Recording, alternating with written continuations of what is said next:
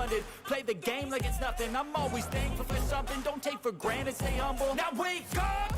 It's time to look at the enemy. Look in the mirror if he is no friend to me. It's not working out, maybe it's the chemistry. It's time to break up so I can make a better me. Better believe in your mind, cause it's everything.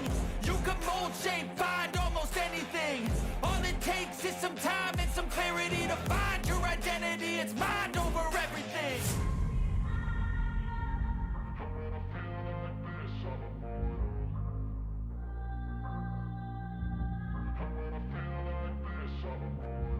And when I feel like this, I'm immortal.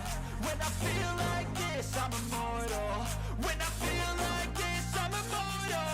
When I feel like this, I'm immortal. Don't stare, just give me up, don't stare.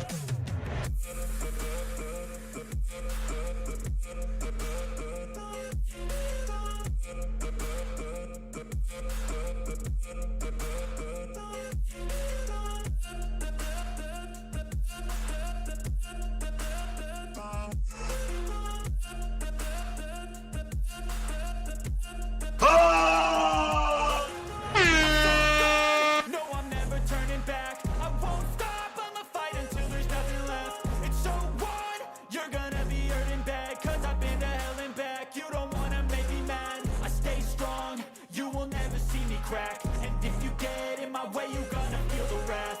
Gotta say it to my face while he's looking back. Mirror breaks after math. When I hate, I attack.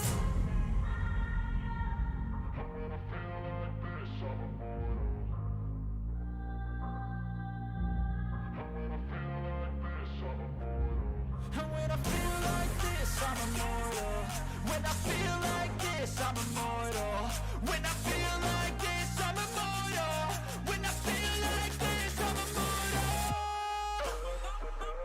Don't stare, just give me up, don't stare.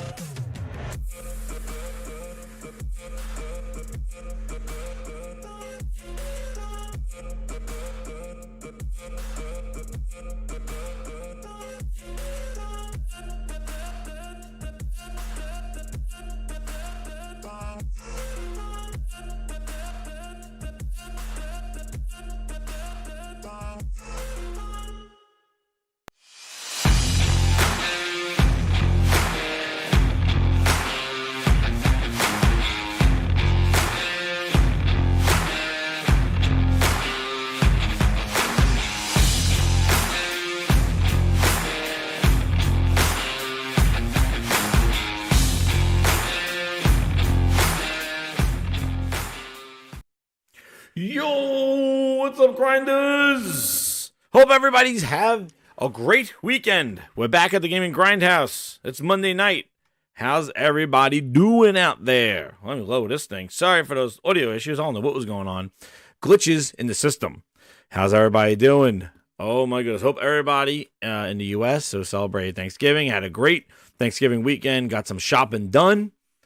Found some good deals. Hope everybody had a good time there, shopping, getting ready. Now we got to do the slog now before the holidays. And, you know, that's what we're going to be dealing with, everybody. So how's everybody doing? Oh, we got Cosmic Hero, Ryan, Nick. How you doing? Christopher, how's it going, man? Let me load this thing. Woo. They are yelling in my ear. WestCon, Ron M. Yo, what's up, Ron M? How you doing, man? Good job. BU, Dave Rock. Goes to New Orleans. Post-ups, Little Rodney's son. Oh, damn, pause. Damn. BU. James Williams, how you doing? Fabrizzo, Leach, Mad Joe, Indy. Tools, the tools are here. And what a way to start off the Thanksgiving holiday. A season of giving. A season of giving. True Virgil just got another month of VIP. We're starting it off real early, everybody. Oh, yeah, another month. Oh, damn. Sniped them. My balls In your jaw. This is the remix. Oh, man. This is the remix. He got it again. Oh, hit that light. Ron M took him out at the knees. This is the remix. Oh no! We suck again. Just another month. Oh, You just made the list. oh man. It is the season of giving, and Ron M. hit him at the knees. Oh man, True Virgil, welcome. And Herman Holtz is happy he get his balls polished for another month. Oh damn, pause. Here you go, Lionel Bulgin. What's up, man? He got the VIP. Man, Ron M just, that was precision right there. That was some quality. That was quality precision, Ron M. Incredibleness. Thrifty, what's up, man? Shout out to Thrifty. Everybody go check out his show. I was on it last week. It was an awesome show, man. We had awesome discussions there. Shout out to Thrifty. NZ Gamer and Thrifty, yeah, if you want to jump in, man, feel free. The Grindhouse is open. Come on in. Oh, my goodness. Ron M, what's up, man? Ron M, got him. Robert Lawrence coming in with the 5. He's trying to snipe him again. He wants to make sure he got the left ball and the right ball taken care of. Oh, damn. JC got it. Cephalon. NZ Gamer, welcome. Neil got it. Crooked Vultures. Oh, crap. The list is flying. I got to see if I get that emoji in there. Remember, everybody, use these emojis as your VIP. Use these emojis. Here they go. Here they come. The Herman Quality Splits. You know when to use them. You just made the list. Lord Hog, what's up? Thank you so much, Ron M. and Robert Lawrence. Let's get in here. $20 on Cosmic Hero. Whoa, he goes, PlayStation bankruptcy is a massive lie. The portal is outselling both Xbox. You just made the list. Xbox get their news from random nobodies and idiots on Twitters. 2025 is not even... 2025 is the end, not even 2027. Some BS spread, as always. Thank you, Cosmic Hero. Yes, we'll talk about the PlayStation bankruptcy. That whole thing that was like decoded and really, it's comical here. And just made the list. Do you see? Oh man, Ryan, Survivor Series was awesome. Man, I love that Survivor Series. That was great. That was a great show. I think the women's match was better than the men's match, though. I would say you're my those number women, one customer. That the women's Warzone, not Warzone, but the War Games from the women in Survivor Series. Holy crap, man! They beat the shit out of each other. It was incredible, and they all the weapons. Who was it? Eel Sky. That was Eel Sky. Puts the goddamn garbage can on the head and jumps off the top of the cage blind. It was crazy. And then the big thing, CM Punk back, man. So I'll be checking out Raw later on that. But yeah, Survivor Series is really awesome. I'm going to be going to WrestleMania. Can't wait, man. It's going to be awesome stuff. I'm excited about where they're going. Triple H listening to the fans. See? As all the issues that they had going on with Punk and all that other stuff, the fans wanted it. And what's best for business. What's best for business. That's the thing. The fans wanted it. You listen to the fans. And that might be a motif as we go through the topics today. As, and we left it from like you listen to, you could talk a talk, but you got to demonstrate it. You could say, we hear you, universe, we hear you, Xbox fans, we know what you want, and don't deliver. You got to do it. Listen to the fans. They're the ones that pay your bills. They're the ones. And that's exactly what he did. And that's what you do. Rhea Ripley, yeah, definitely, man. Definitely. Dog Zone, what's up, man? How you doing? Yo, shout out to who got the VIPs? Mad Joe got it. Log Hog. True Virgil got it. Another month. There it is. Shine them up. Lionel Bulgin, Chris Coleman. Welcome to the VIP Grindhouse. I'm gonna be adding those. I gotta be adding to the wall of grinders. But talking about the VIPs, you know what? Before we get into those topics, let's get to the VIPs. Since we got all these gifted members, let's go. We got all the VIP club is hot. It's hot. Woo! The smoke of the Herman Holtz. Oh, man. True Virgil, it's official. You are going to finish the year out right there, baby. Right there. Congrats. You did it.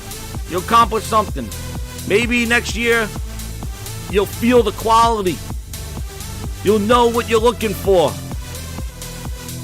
You made it a whole year. Congrats. But thank you to all the other VIPs. Look at this wall. I got to squeeze them in now. I got to add people to the second orange column. Maybe to the left. Need a bar. Oh, no. We might need it. I'm gonna need another club.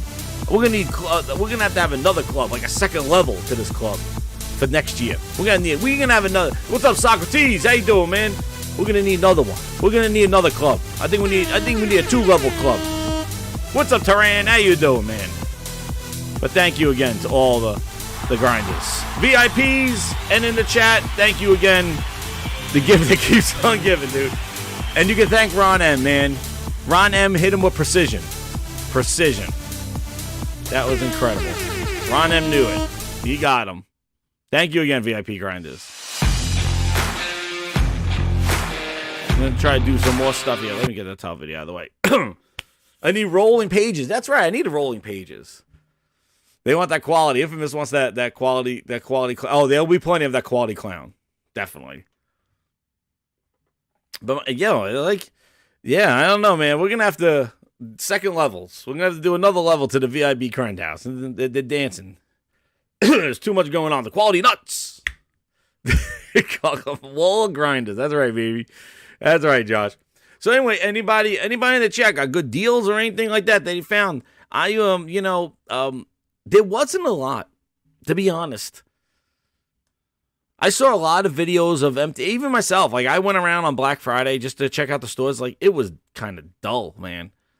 It was kind of dull. Now, for you out in the U.S., Black Friday is like the weekend. It's the day after Thanksgiving, but it's a weekend of sales and like the holiday season starts. However, Black Friday's been since the beginning of the month, but really not game-wise, not very impressed with the sales. Not very impressed with the sales. Console-wise, I told you, dude. I told you. Man, I gave you the sale last week, man. They were sending out people. I saw those Xboxes. It was $400 for the Series X. That's $100 off. Then a $50 gift card on top of that. And then they even hired the Geek Squad guy who will put it in your car, deliver it, hook it up for you. Watch the kids cook your dinner while you play, or while you try to find something to play on Game Pass. Incredible. They couldn't get rid of them fast enough. They had Geek Squad people, they're whoring them out, like, go, go, go. They're like, we'll package it up for you. We'll put it in the car. Hell, I'm going to make my guy set it up. He'll watch your kids. And then the PlayStation sold for $500. They were eating the cost of the Spider-Man. Craziness. And then the S was $300. So the consoles, man, they hit their discounts. But game-wise, I didn't really see too many craziness. I did see a lot on the MetaQuest thing. Controllers were down. Yeah, the accessories. I was surprised not a big push in the VR, the PlayStation VR, getting like a discount on there. I thought the PlayStation VR was going to get one. I did see one on Newegg for like $50 off on the PlayStation VR 2, but not a lot. I thought the VR 2 was going to get a nice little like $100 off, $50 off, but nah, it didn't. I was surprised Sony didn't do that. That I was surprised about. I picked up a bunch of MetaQuest games. They were on sale for like 40%, so you get those big ones too. Like Red Matter 2, which I played. It was incredible on there. But yeah, sales-wise, nothing that's shocking. Nothing crazy. TVs all lined up still.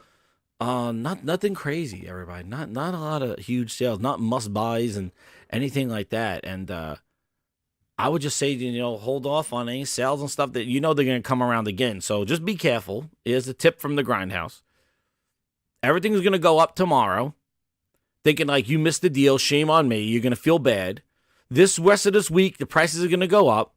Thank you for subscribing, Andrew Clay. Thank you, man. Welcome to the Grindhouse. So I'm just letting you know, sales are going to go up tomorrow. Make you feel bad that you missed out on what everybody was buying, whatever it is. They'll remove all those deals and stuff like that. But just in another week, probably this weekend, they'll go back on sale. So just hold on tight. Don't buy anything now. Just wait for another couple of days and they'll have a holiday sale and you'll be good. And then you have after Christmas sale. So there's always time for sales. Just tomorrow everything's going to go up and make you look like you missed something. Or the signs are going to come down, making it look like you missed something. I saw a lot of people going doing the Target, showing like Black Friday sale, $6.99, and then the sale, the thing behind it, the regular price was $6.99. That's right, BU. It's like the sales that it just should be. That's what it was, just the sales that it should be. Whatever. But look at this deal. Talking about shopping, grinders. This is a deal of the century that I can't believe people missed. Look at how strong they're functioning in Europe right now. Xbox is killing it right now. They're killing it in Europe. Killing it. They are killing it in Europe. Hold on. Let me show you. Look at this deal. If you missed out on this, Incredible. Incredible. This is like one of those highlights magazines. You ever see those highlights magazines? Like, what's wrong with this picture? Grinders, I'm going to show you an image. This image right here. What is wrong with this picture? I'll give you some thinking music while you're looking at this picture, talking about deals. Oh, and Psychonauts 2. New games are coming fast. What's wrong with this picture? Here's some thinking music. It's like one of those the images they give the kids.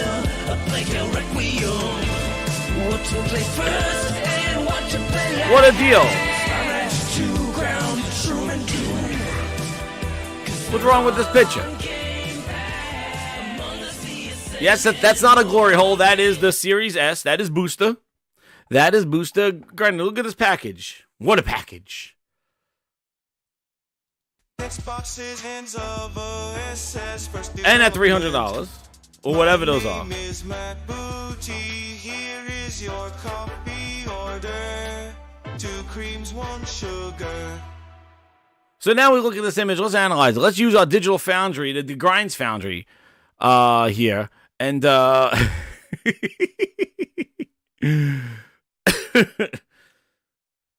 right.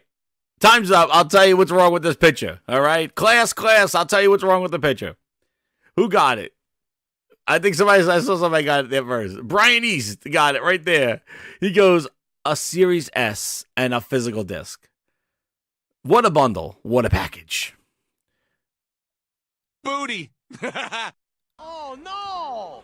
We suck again! Yep. Serving your all-digital console with a physical game. Wow. I told you. They want these things out. Bundle anything with this thing. Bundle it. Strap a goddamn sandwich to it. Coupons to the strip clubs. Do something with. Get these things out of here. Strap on anything to the Series S. We need goddamn strap on a goddamn movie that they can't watch. Do something, but we need these things out of here. Find something on the floor. Just bundle it. Zip tie that son of a bitch. That's what they said. They're like, zip it. Zip tie it. I don't care if it makes sense. It doesn't make sense. We need these things out of here. Go in the garbage. Go get that zip tie and zip tie some trash onto here to make it look like it's good value. There it is. There's the respect. Put it together. There it is. Oh, but it wasn't. Phil Spencer had no idea, everybody. Don't worry. We're not blaming Phil. We don't blame Phil. Phil has no clue that this is going on. Phil Spencer. He has no clue. This is not him. This is retail. This is... Phil, this is not your fault, Phil. This is not Phil Spencer's fault, everybody. And it's last year's game. They said... look at this. Nick, there were 2 things wrong with this picture. It's last year's FIFA. Oh, man. Now we really got to do it. Oh, man.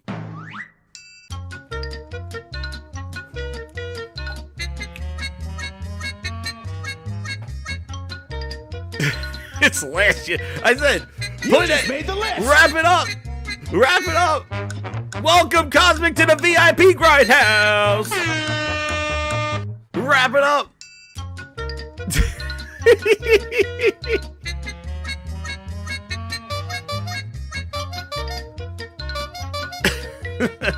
And it's $15 to the Xbox store. There it is. But this is not Phil's fault, everybody. This is an example of the Xbox tax. This is the disrespect. They bundle things. This is it. This is the Xbox tax. Tax for foolery. That's what this is.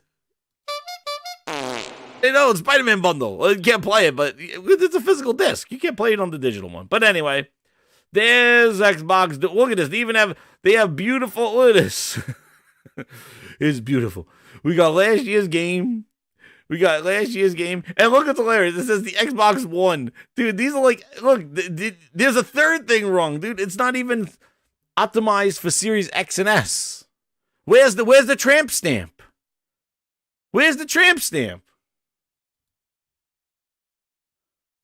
Where's the tramp? Where's the tramp stamp? Look. Where is it? It says Xbox One. This is Xbox One version. Last gen game. But don't worry, smart delivery will fix it. Phil Spencer's smart delivery will fix it. There's so many things wrong with this image, dude. This is like what we do, and this is like a skill. This is like a task that they give the kindergartners. There it is. This is the Fool's Bundle. This is the Fool's Bundle. Man, you walk out of the store like this. Sir, thank you so much for your payment. Goddamn 3-ring circus is behind you when you buy this thing. They're back. Dude, the employees at the stores, you walk out with this bundle, they're like this. We made a sale. We made a sale. Roll! Last year's game, the last gen version, $15 Xbox store gift card on a physical disc. And you want to see what else? Look at this. Here's another booster for you. It even tells you right here, next to the disc. This don't play discs, and it's 120 frames. Another tramp stamp lie. And then this V, Grinders. Do you know what this V is? This V right here. This is the tramp stamp that they sign. This is This is Booty's exclusive.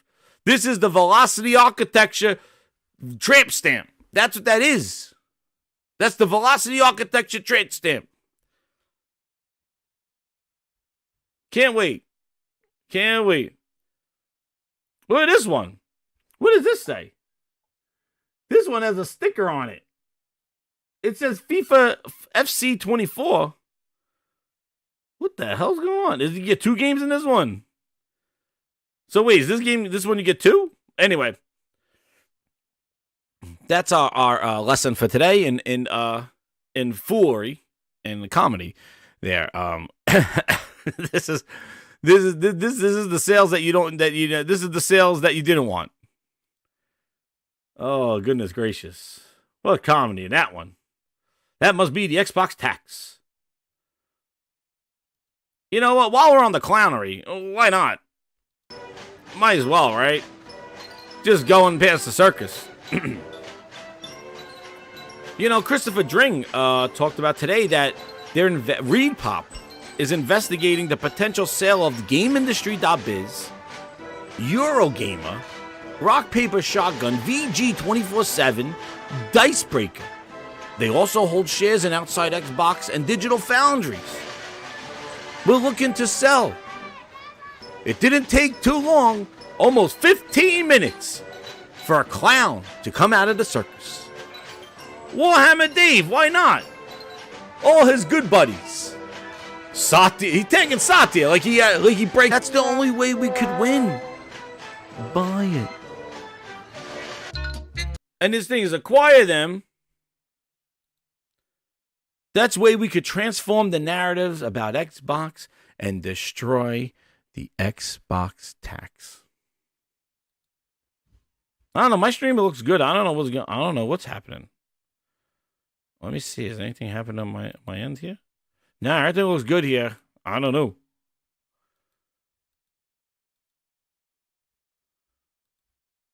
But anyway, while we're at the clown show, why not? They're trying to shut it down. It's the tax. It's the Grindhouse tax. Oh, damn. Grindhouse tax. Trying to shut my stream down here.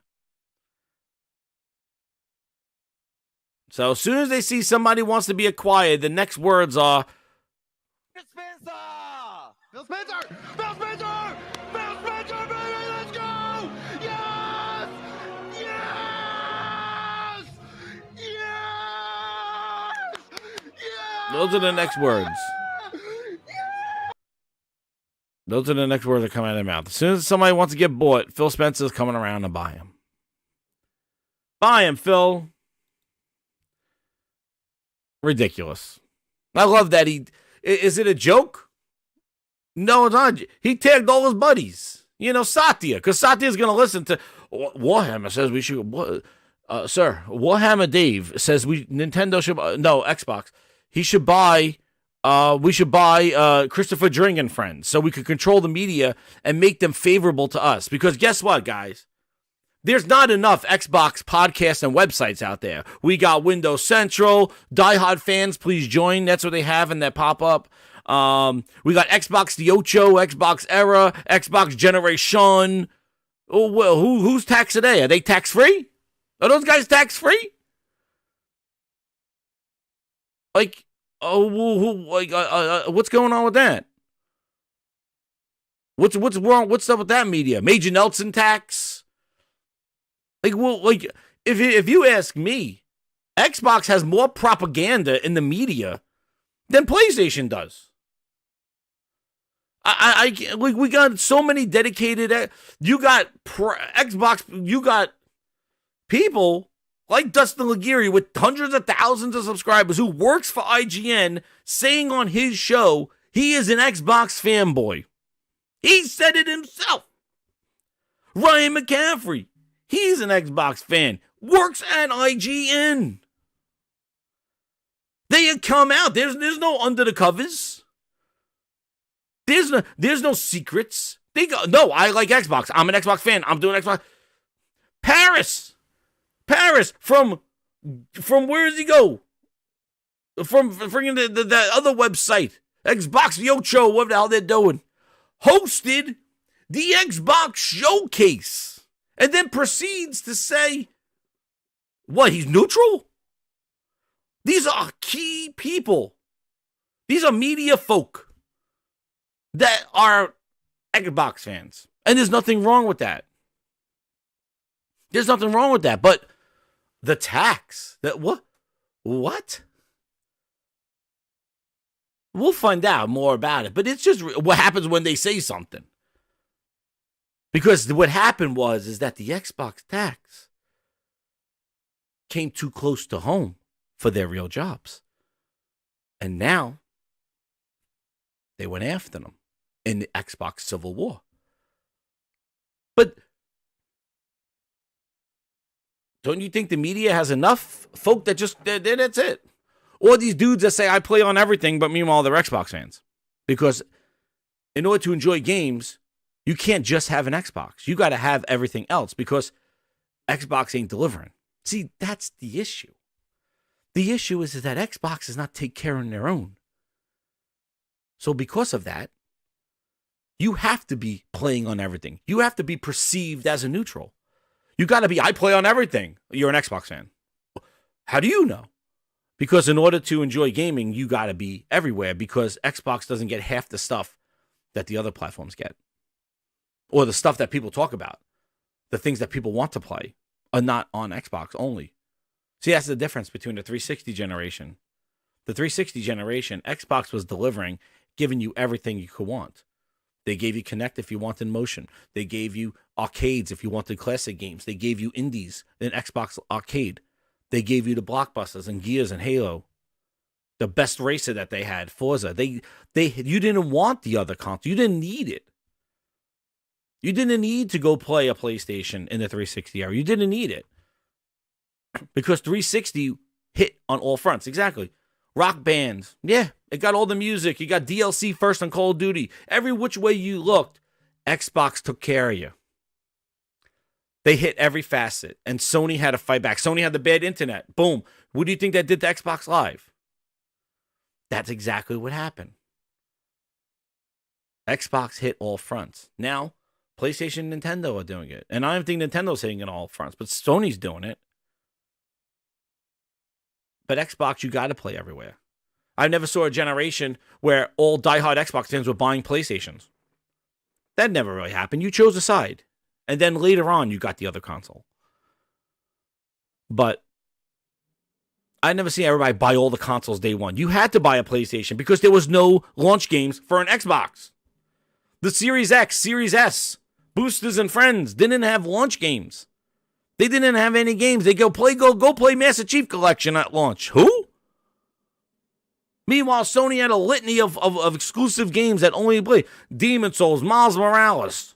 All those games at launch of a new console. Series X and S had nothing. You had to go buy a PlayStation if you wanted to say I'm in the next gen. Because old Xbox was telling you to do. Guys, go play Master Chief Collection again. It looks better. You could do quick resume now. That's what they said. You could do quick resume. Quick resume. Dashboard looks the same, but now you could do quick resume for Master. I remember because I got the Xbox Series X at launch. I got it. I had it for a couple of months. And all I was doing was playing games that I stopped playing 2 and 3 years ago because that was all that was there. And wait for the medium. Wait for the medium. Business, we have to. No. Would you ship that? Not waiting for the What I just medium. played? But that was the problem.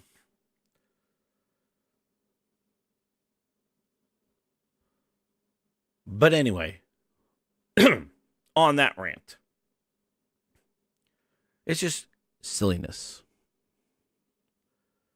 It's silliness because it's all obvious. This is exactly what happened. You can't rewrite history because it has already happened. The stumbles and fumbles. That's right. That's right.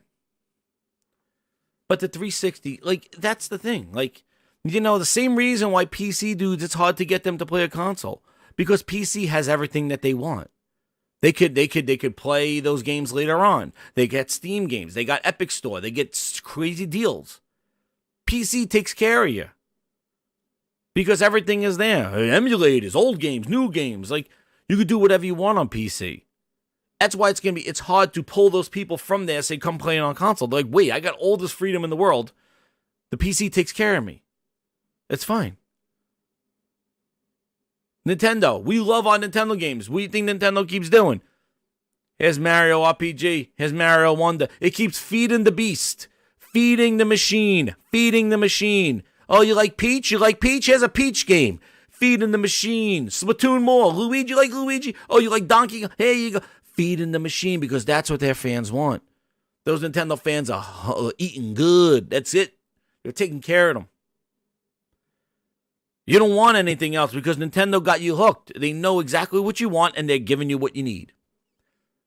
Same goes with PlayStation. They've been delivering games in and out. Everybody's saying 2024. Dude, we did this already. We did this already. When Halo Infinite dropped, it was like, oh my God, 2022 is gonna be the year that we're not looking back. And then look, Redfall stuff, it get delayed a whole goddamn year. Come out. Redfall still should have been delayed. Starfield comes out to, Forza comes out to, whatever happened to that game. And there's your 2023 in a nutshell. Now it's like, nah, dude, no. 2024, next year is going to be the year. Sony got nothing. Do you remember when Halo and Forza dropped, everybody? When Halo and Forza dropped, PlayStation didn't have a holiday game. Remember? Sony, you got nothing for the holidays. Sony's quiet for the holidays. Remember, that was in 2021. Sony had no holiday game. It was Forza and Halo. Xbox was back. And what happened? What happened last year? And now they're doing it again. Coming off the success of Spider-Man selling bigger than anything. They're saying Sony's in trouble. Sony's in trouble. Jim Ryan's leaving in March. Sony's in trouble. The PlayStation is selling astronomically. They're pumping out games for us. Because that's the thing that matters, right? The games for us. If Spider-Man came out with 2 legs and his face in his ass, we would have been, oh my God, something's up with Sony because Spider-Man is not good. What happened? But God of War came out. Incredible. Horizon. Spider-Man. They make deals with Final Fantasy 16 that did incredible. They got Final Fantasy coming up in February. You got The Last of Us with added levels coming remastered in January. And we know some titles of what's coming next year. Because the console is the important thing for them. But the output, the thing that we experience, is hitting, and hitting well. Look at the trophy rates of Spider-Man. What, 70%? People are playing their games. People are buying their games. People buying their consoles, playing on it. What do you think? If that stuff was a mess, then we say there's trouble. Why do you think we talk about Xbox in the sense that there's something going on? Because guess what? When the product comes out, PSVR 2, that's right, Claymores. But when the product comes out, the product is, I'm sorry. The product is, we'll do better. I hear you. I listen to you. So, that's why the issues that are in-house with Microsoft or what they're doing is affecting their output and affecting the thing that we have to pay for. That's why there's such a concern of like, yo, what's going on over there? Because what you're putting out stinks. You're over-promising and under-delivering. Why was Forza shown with ray tracing that never made it to the console? But Phil's on news channels talking about on-track ray tracing and his bootleg tracing. Talking about Fable was gameplay. What do you mean? All right, Phil, we'll hold you to it. Now, when you start showing the game and it doesn't look like that, we will say, oh, what happened? Let's go bring up the tapes. And Phil Spencer said he argued it was gameplay. Right? We've been through this round so many times before. But this is what happens. You got to listen to your fans. And when the output starts coming out and we're seeing it as like, oh, guys, Spider-Man's not good anymore. You know, Sony, there's something going on with Sony. The quality of games is diminishing. People went crazy going like 6 service games over 12. Good. Good. What do you want them to flood the market with low quality stuff, and then now all of a sudden they get expectations that, oh yeah, they got low quality. The quality is the thing that's keeping Sony games afloat. The quality is what people want to pay. Matt Piscatella said people are buying big games this year. The big games are selling. That's what's happening. Subscription gaming fatigue is hit. That's what we're doing. Cosmic Hero was member, VIP member for 1 month. He says, it reminds me of when Fallout 76 was so god-awful that stores were spider-wrapping the game to consoles and controllers. Exactly. Cosmic Hero, exactly. They said, strap that thing onto anything. We got, you know what, we'll send it out there. What's not moving? Strap it together, put it in a gift bundle. Bundle it. We think GameStop does. That's how Frog got Spider-Man socks. Nobody went to GameStop to buy Spider-Man socks, but they bundled it. They go, oh, you got the Spider-Man game? Well, here's some socks. Here's a bundle. And that's what's happening, WestCon. Like, that's the thing. And I think we're seeing that is that the people who, I got a comment for that one. The Xbox don't buy games. I got a good one for that one. And you know what else? Just to kind of quick topics that we're going down here. One thing that, here we go again. Listen. Nice guy. Personable. Could talk himself. He could sell ice to an Eskimo. All right? Nice guy. What's up, Bill? How you doing, man? Hit that like button, Grindhouse. Share it out. We're going to get into the good stuff. If you didn't think that was the good stuff, we got into good stuff. But listen. He's a good guy. You just made a $70 billion acquisition. You now own Activision Blizzard King. You own all of ZeniMax. You released Starfield, the most hyped game. The most hyped game. Don't believe me? You know what? Before I even show the tweet, let's go to the Grindhouse tapes. Let's go to the Grindhouse tapes.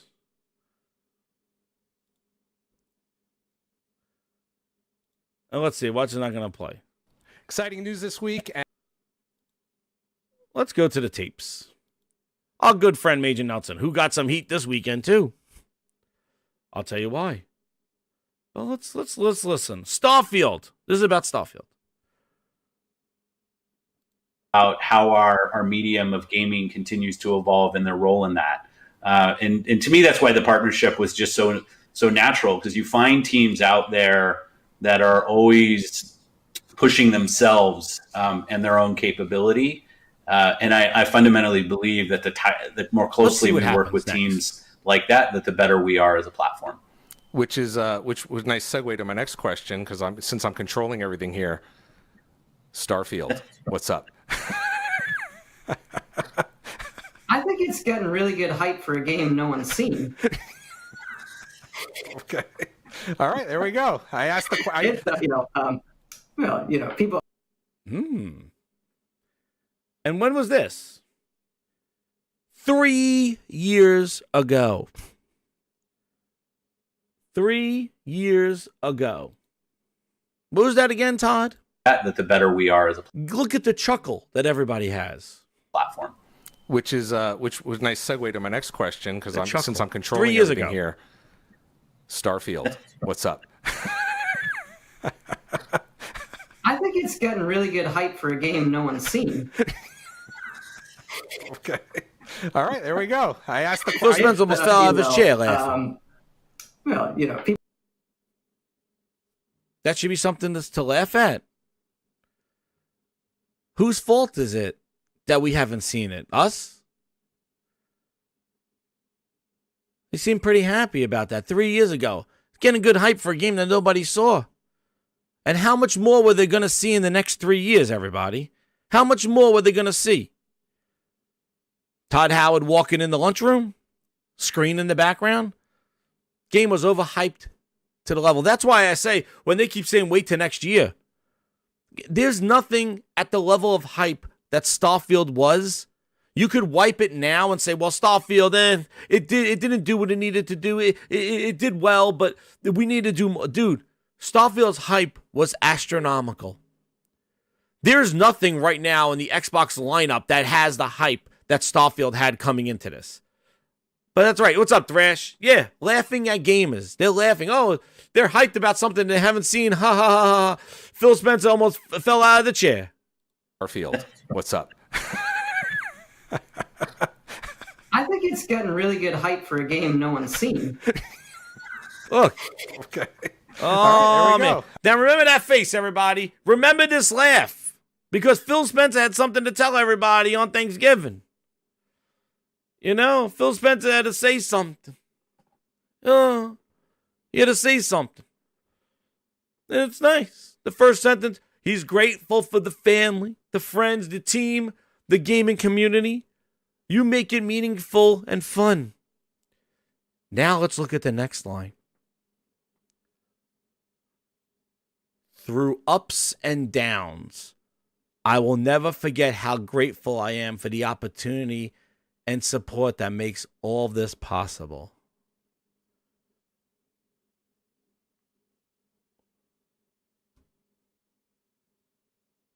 Hold on.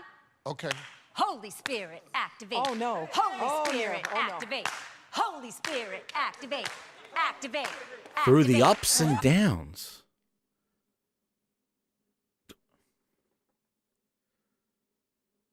What? What downs are you talking about, Phil? Is this Redfall and Starfield? Through the ups and downs. Oh, sympathy. Feel bad for me. Feel bad for me. Starfield, what's up? The ups and downs. I think it's getting really good hype for a For game you no or for one's us? seen. That's what I need to know. The ups and downs, you mean through the ups and downs for you or for us? Like, is this? Just focused more on great games on our console that somehow we're going to win the console race. I think doesn't really lay into the reality. There's been more downs than ups. That's right, Leach. I see commentary that if you just build great games, everything would turn around. It's just not true that if we go. Let's talk about Game Pass a little bit more, since that's a big bet for Microsoft. How many subscribers do we have now? And it does seem like a really good deal for the consumer, but what about the Microsoft investor? How is this a moneymaker for? We ain't found shit. The ups and downs. The guys, it's through I'm learning. I'm still learning. You just spent $70 billion with a stronghold. You just spent another $7 billion on top of that to own these two dudes, even though he's gone. What? Through the ups and downs. I thought that was a little... Really? You want us to feel bad? Like, I want to know, are those your up and downs, your learning opportunities, or that's our up and downs? Or is that Xbox's downs? Like, you went to court. You successfully purchased a whole goddamn publisher. What downs are you talking about? Redfall? Was that a down? We'll do better. We hear you. Enough. Take it on the chin. Keep doing it. Excuses. Excuses.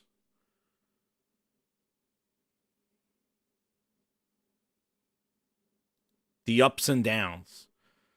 An Xbox president, a CEO, a friggin' president of gaming is saying thank you through the ups and downs. Is anybody from any other company saying that? Does Bowser come on and say, guys, thank you for the ups and downs? Jim Ryan, thanks for the down. Did he say, like, thanks for my failure? Like, who? Sounds like you didn't have a great year. The ups and downs. Through the ups and downs, through the thick and thin. Through ups and downs, I'll never forget how grateful I am for the opportunity. Through the ups and... Really? Really? Feel bad for him. Feel bad. You mean these downs? You mean this? You're big in Japan. I lied. You big in Japan? Nah, we're not big there. That's a down. Take it on the chin. Give him another award. He won the friggin' Lifetime Achievement Award this year. Ups and downs.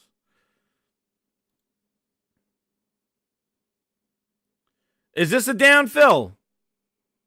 Taking away the, fixing these awards? Taking them away? The sign-in awards that people use to take money? They're cutting the cord, everybody. Remember, no more $1 deals. No more Dollar Bill Phil. Dollar Bill Phil retired. Now we want you to pay full price, Phil, for Game Pass. People were using these rewards to buy months and years of Game Pass. He's cutting that off, too. Cutting you right at the knees. As planned. What is it? Initiate Order 66. It is. There it is. What is it? There it is. There's your order. Exactly as planned. There it is. Make those bed sheets. Shout out to Zuby Tech. He showed us some of the 3 years of software and hardware. I just wanted to show this. Shout out to Zuby. Look, first 3 years of PlayStation. Mindshare. Right? Look. First 3 years. Game Night says, the 5, he goes, I'll never forget how grateful I am to spend billions of dollars to benefit us and not the consumer. That's what Phil really meant. Thank you, Game Night. Thank you for that interpretation. Look at this. Hardware. You got the Portal, the VR, which is a whole ecosystem. And all those games. And most of these were at launch. The first 3 year report card. And VR exclusives. Of course, we got to see what Xbox did, right? First 3 years of the Xbox. Goddamn Sea of Thieves is still up there because of updates. They did a cheap-ass version of the core Elite controller. A budget version where you could buy the extra sticks. But look at these games on this list. Hive Busters is the best thing on here.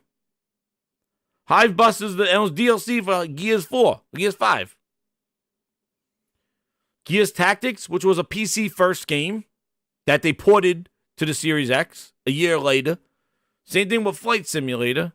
Sea of Thieves, the housefly that doesn't die, is still here because of Pirates of the Caribbean or Pirate's Life. Forza 5 was a decent game in Mexico. Halo Infinite, face down, ass up. We know what happened to that one. As Dusk Falls, indie game. Grounded was in beta for 2 years. It came out. They added flies, mosquitoes, and crickets. Pentiment, banger. Age of Empires 2. Age of Empires 4, those are the PC first games that came there. And then Forza Motorsport, which was a disaster. And Starfield. And he forgot to put Psychonauts 2 was on there. And look at the hardware. Same old ass headset. Goddamn old school headset. A cheaper core controller, not even an Elite 3. And booster in black.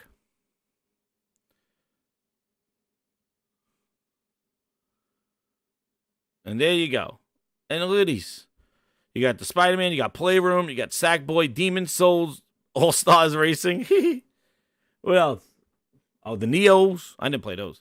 Returnal, Ratchet & Clank, Ghost of Tsushima, remastered. So you got some remasters in here, which they fill in the gaps. But then you got your Spider-Man 2s, you got Gran Turismo 7s, you got your God of War Ragnarok, you got your Horizon. See, the thing is that there's balance. You give me if this was all remasters, then we got a problem. You got remastered, but see the balance?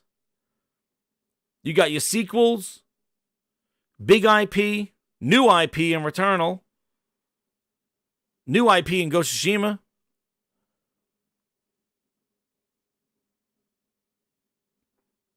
And you got your remasters. And you got the sequels to big games of Horizon, God of War, and Spider-Man. But the level of these games. I know Horizon, Burning Shores, best DLC. Go play it. That's incredible. I don't think it has Call of the Mountain on there. Which was there it is. Call of the Mountain there. PSVR 2. Firewall Ultra, which launched not too great. And then look at all the hardware. This is the big thing I'm impressed with. The hardware. Sony went crazy in the hardware. Cosmic Hero with the 5. He goes, Xbox, the 5 below game section. Oh, man. This is the 5 below game section, dude. To win this time? Like 3-year-old game. Like, yeah, the 5. Sea of Thieves still on there. Holy jeez. But shout out to Zuby, man. Put that together. And random topic there. But it's crazy, dude. Craziness.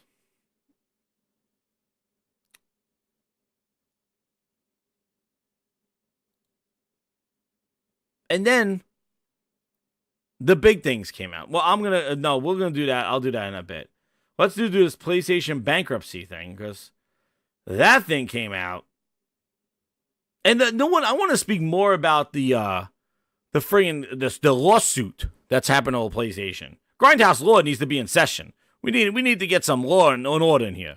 The two youths. To what? What was that word? To what? What? Did you say utes? Yeah, two youths. What is a ute? Oh, excuse me, Your Honor. Two youths. Yeah, we'll see. I don't know if I even bookmark that dude.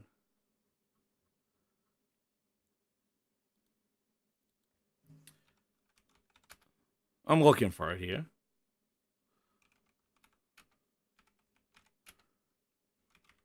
So the gist of it, you're my number one customer, is that apparently they've been lying with how much stock they've had, and they're lying to investors and all this weird stuff from some forum that said that Sony's going bankrupt. They should leave the gaming industry.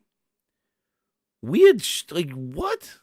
And of course, the people that say play your games everywhere, they jumped on it saying like, in order for Xbox to be good, Sony has to be gone, Exactly, Xbox. Keep drinking that juice. Phil likes it when you tilt your head back a little bit.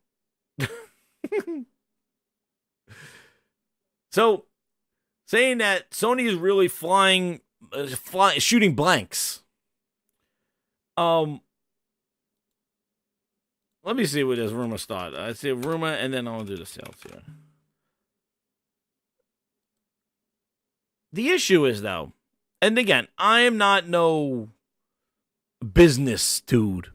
Who cares what goddamn? Like I said, who cares about the business if we're getting good product and we're getting what we feel that we're paying for, right? The poll was supposed to be a flop too, right, Ryan? You can't even find them. They're sold out everywhere. Everybody's sharing pictures and doing this thing. Like, hey, people thought that was going to be a failure of it. It's the mind share. That's what people don't get. It's not a tax. It's not a hate. It's not. The gamer mentality has shifted. It has been. And I said this back when I was not happy what Xbox was doing. They were losing mind share. The gamers' mind share was being shifted to PlayStation because Xbox stopped emphasizing Xbox.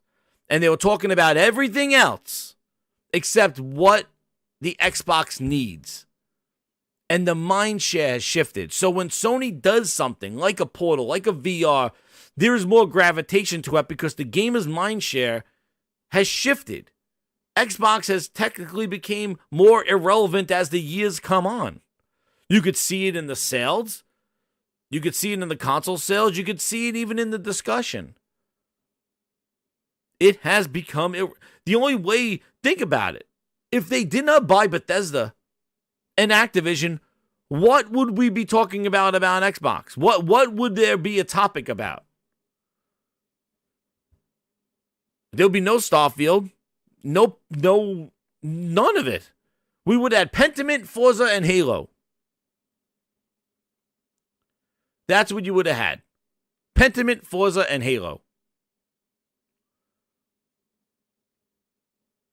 If they weren't in the news about buying whole-ass publishers that make third-party games, and now Xbox owns them, and Phil Spencer going to every goddamn interview known to man, Justine's basement going all over the place, can't shut up, and then proceeds to drop Redfall. I didn't know about that.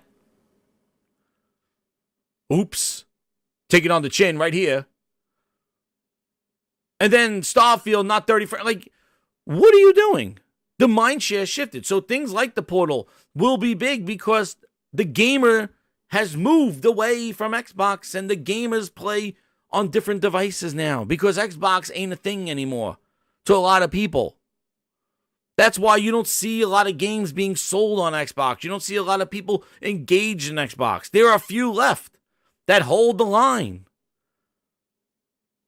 Keep holding it. I hope it comes back someday. But I can tell you right now, the recipe right now that they got, it's not coming back because the management there is the problem. It's not you for being a fan. It's not you. And that's what we got to stop doing. We got to stop. The fans are not the problem. There's fans for everything. The problem is the company. It's the person that makes the box. That's the problem. They're the one that's not marketing their thing, and that is a sham. There's going to be fans for everybody. Alex Hawk's a fan. Can't blame him. Number one customer. He's a fan. And, whatever Sony does, he's not going to like. Whether he's real or not as a troll, I don't know. But nothing's going to change his mind. Then hang in there, dude. But I could tell you right now, the management that they have, the structure and vision that they have, Xbox is not going to do anything because they don't care about the console. They don't care about Xbox. They care about Microsoft gaming. And that should grind your gears. Because that's not why you're here. That's not why you're X-Hawk. Are you Microsoft Gaming Hawk? Are you Microsoft Stockholder Hawk? No, you're X-Hawk for Xbox. And they don't give a shit about that. So for all those people that are Xbox fans, as years go on, they keep diminishing and giving you less as an Xbox owner, as an Xbox console. They don't make you feel that you made the right purchase. They don't. So I don't even know why you're still an Xbox fan when the company that makes the console don't give a shit about the console that they build. It's just yeah, they're important too. We're not giving them 60 frames. They're important, though. They like me signing their ass. They give me hugs. I take them to rooftop party. I like them. They're my friends. They go surround me. They celebrate me. Phil Spencer groupies. That's what you turned into. Not Xbox fans, you're Phil Spencer groupies. Because that's the only person, the only thing that you have to clamor onto is that. That's it. You're X-Hawk PC? Well, then you're PC Hawk. Welcome, new name. PC Hawk. So I don't know why you're listening to this. I don't talk about the PC. PC Hawk. And then you got those other people. Xbox fans that Xbox chased away to PC because it's better over there. I don't blame you, X-Hawk. I don't blame you at all because that's what they did to me too. You said I don't care about the $500 console that I bought. You're making games better on PC. Well, guess what, PC Hawk? I'm following you. That's exactly what I said. My Xbox is the PC now because you could give a shit about that console. So you're a PC fan. As do am I. How could you be an Xbox fan?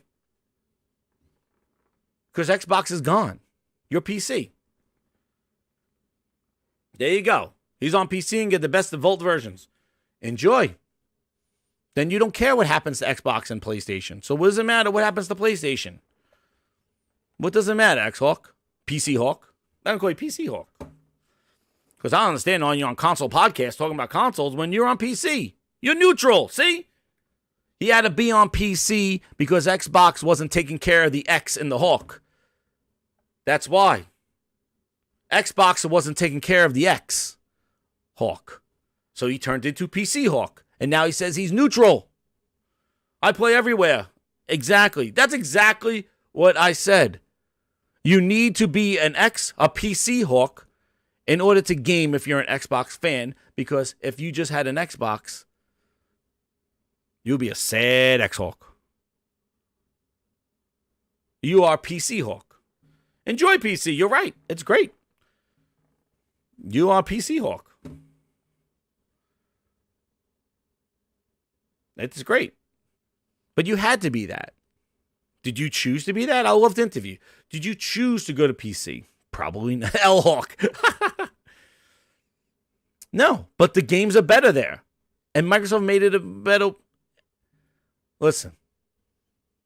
I don't know how I got on this thing. Sad Hawk.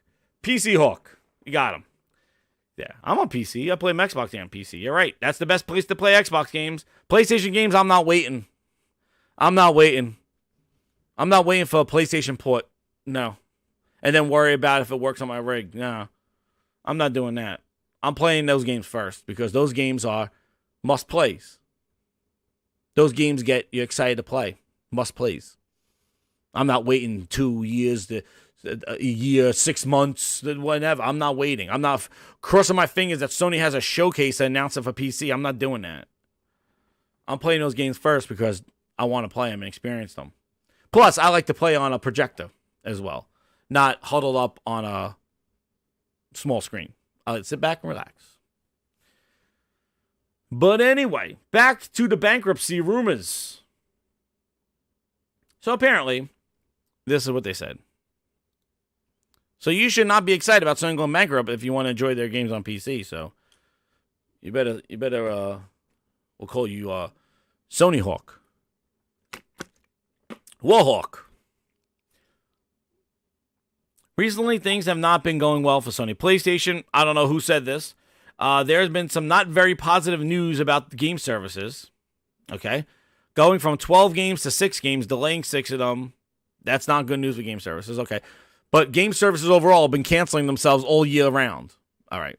Okay. Things have been much worse than previously thought. Sony reports impressive sales data for PS5. However, there's doubt to the realism of such data. There are rumors that Sony PlayStation is on the verge of bankruptcy. Allegedly, the sales data provided does not coincide with the real ones. And in manufacturers' warehouses, there are more than 13 million PlayStations simply gathering dust. Ladies and gentlemen, they are gathering dust. There's PlayStations gathering dust, they say. In warehouses. No one needs them, and the sales figures were overstated. This number arose from a calculation. Uh-oh. We got Dean Takahashi right here. Remember Dean Takahashi's? Remember Takahashi? The PlayStation VR 2's not selling well, remember? And Sony slapped him upside the head. Not once, but twice, but 3 times. Dean Takahashi with his bullshit numbers. He's coming up there like, I heard from somebody that the PlayStation has only sold 100,000 PSVR 2s in a month. Uh-oh.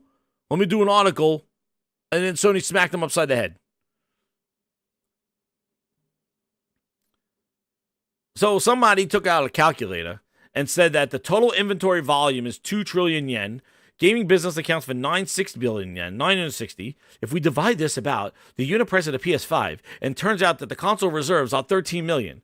One of those commentators suggests that 960 billion were distributed in advance and before the actual production of new consoles.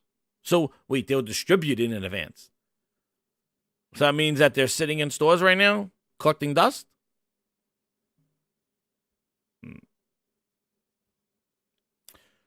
So somebody put a calculator out and said, well, this is how much they made, this is how much they sold. There's 13 million sitting in warehouses somewhere.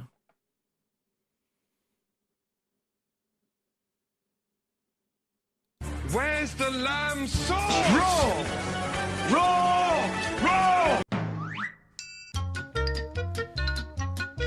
People. Sony actually shows their goddamn numbers of units sold and how much they make.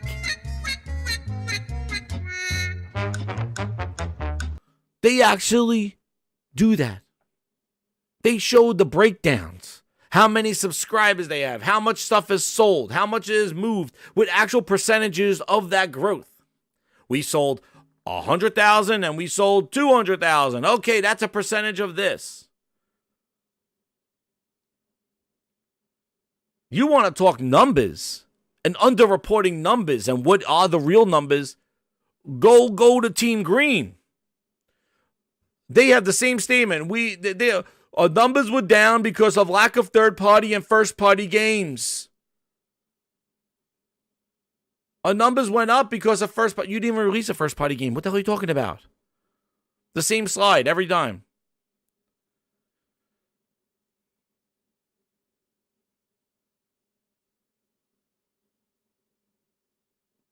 This is because Jim Ryan's leaving. Listen. Is there stuff going on at Sony? I'm sure there is. I think he's worse than Michael Pacta, Zero. I think he's worse. Is this movement going on at Sony? Yeah, there is. Is it affecting our games? Not yet.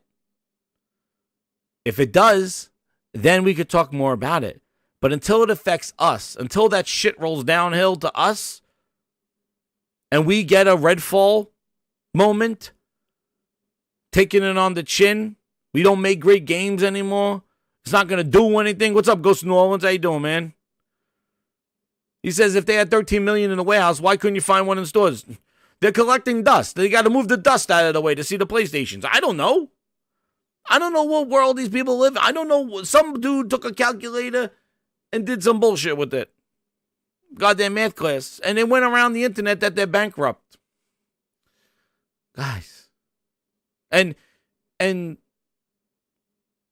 for somebody who was getting, for people that were getting all up in arms about celebrating people losing jobs and stuff, I've seen smiles and hot, excited people smiling videos and everything with Sony bankruptcy in their title. Same folk were like, oh, no, people leaving. Let's not make fun of people losing their jobs. And really? But you want Sony to go bankrupt? Let me ask you this thing. If Sony goes bankrupt and leaves tomorrow, does that make Xbox better?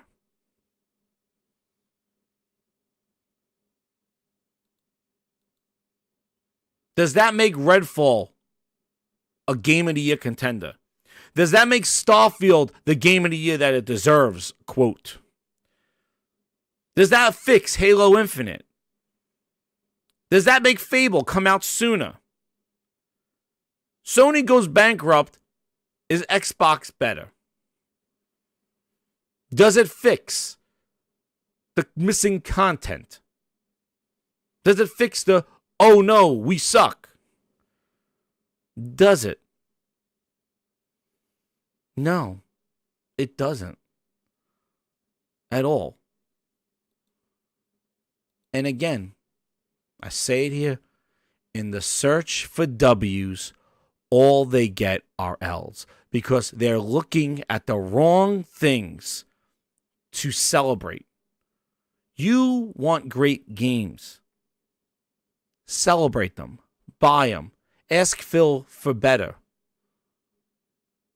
Don't celebrate him when he approved Redfall to be shipped. Would you ship that? What you just played? When he proceeded to show Craig. Oh, I didn't know Craig. Craig's our mascot. He's our mascot. Bonnie knows what she's doing. No. That's the thing that you need to seek out because the person that you celebrate, the company that you celebrate, the people there are the problem. That's what the issue is. And they don't care about the games because it's everything else. Sony goes bankrupt. Woohoo! Green win. It's a W. What? A W? I got the shirt, by the way. If anybody interested, the Grindhouse shop has in the search for the W's, all they get are L's. All the sayings here, they're on shirts. Cheap plug for the grinders. But now,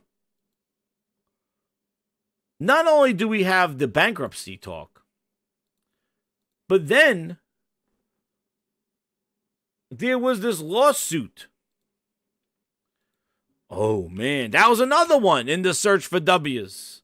Sony $69 billion lawsuit. Oh, man, we might be getting money, grinders. $7.9 billion lawsuit. Oh, my God. Why are they getting sued? Oh, my goodness. Get that thing in there. Let me get... Yo, what's up, Thrifty? How you doing, man? Let's talk. You got the law. Grindhouse laws in session. I brought up one of the two Utes. The two Utes. Two what? What was that word? Grindhouse law. Where's my gavel?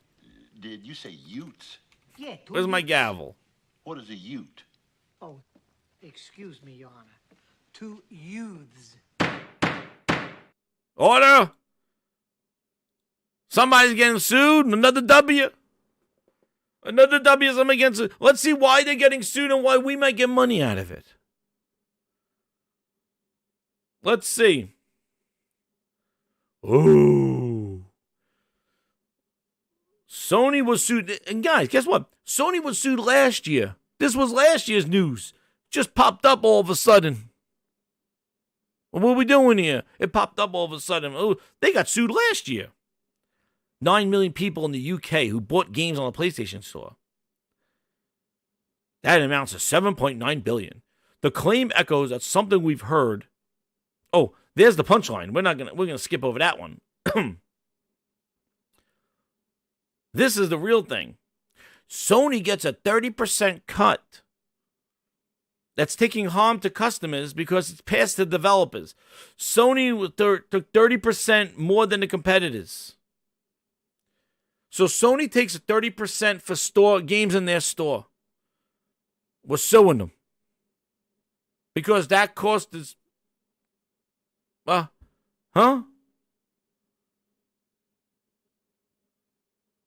30% cut.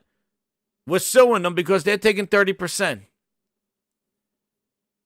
You know what, grinders? Let's do exhibit A, B, C, and D. Share it out. Let's go to the like button. Let's go to Grindhouse Law. Let's see. Oh. Look who else does 30%. Apple and Google get a 30% cut. Do you know who doesn't get a 30% cut? I'll name me two companies who have storefronts who don't get 30%. You know who else? I'm going to add another one. Apple, Google, Sony. Well, I'm going to add another one here. Watch. Let's add our good friends over at Steam. Steam, 30% take. Let's look at our good friend. Let's see how much Steam takes from developers. Let's see if you see a trend here. This is almost like let's see Steam. All right. Steam takes a 30% cut. So Steam takes a 30% cut. Sony takes a 30% cut. Apple takes a 30% cut. Google takes a 30% cut on that and DLC. Name me the two companies that don't get a 30% cut. They do 12%. There are two companies that are crying. Two companies. Who? Oh, I'll give it to you. There it is, Josh. Oh no! We suck And tell me the popularity of the Epic and Microsoft stores. And tell me why. Because if they put 30% in that piece of shit Microsoft store. Where's the lamb sauce? It's raw, Melissa. Yes, chef. No, Microsoft reduced their take because they suck. Because nobody's touching that store. We suck again. That's why. Nobody touches the Windows store. That's why they do less. Let's see. Tell me the last time you went to the Microsoft store. It's on every PC, billions and billions. Update your apps.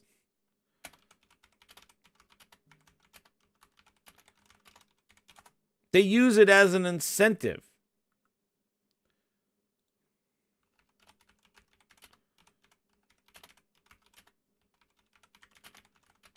I don't know if Thrifty's talking.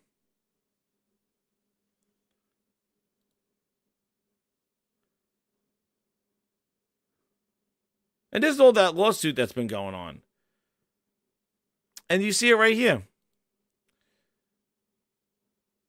Microsoft was saying that PC games are different. The company recently announced that it would lower its cut of game revenues in the Microsoft Store from 30 to 12% starting August 1st.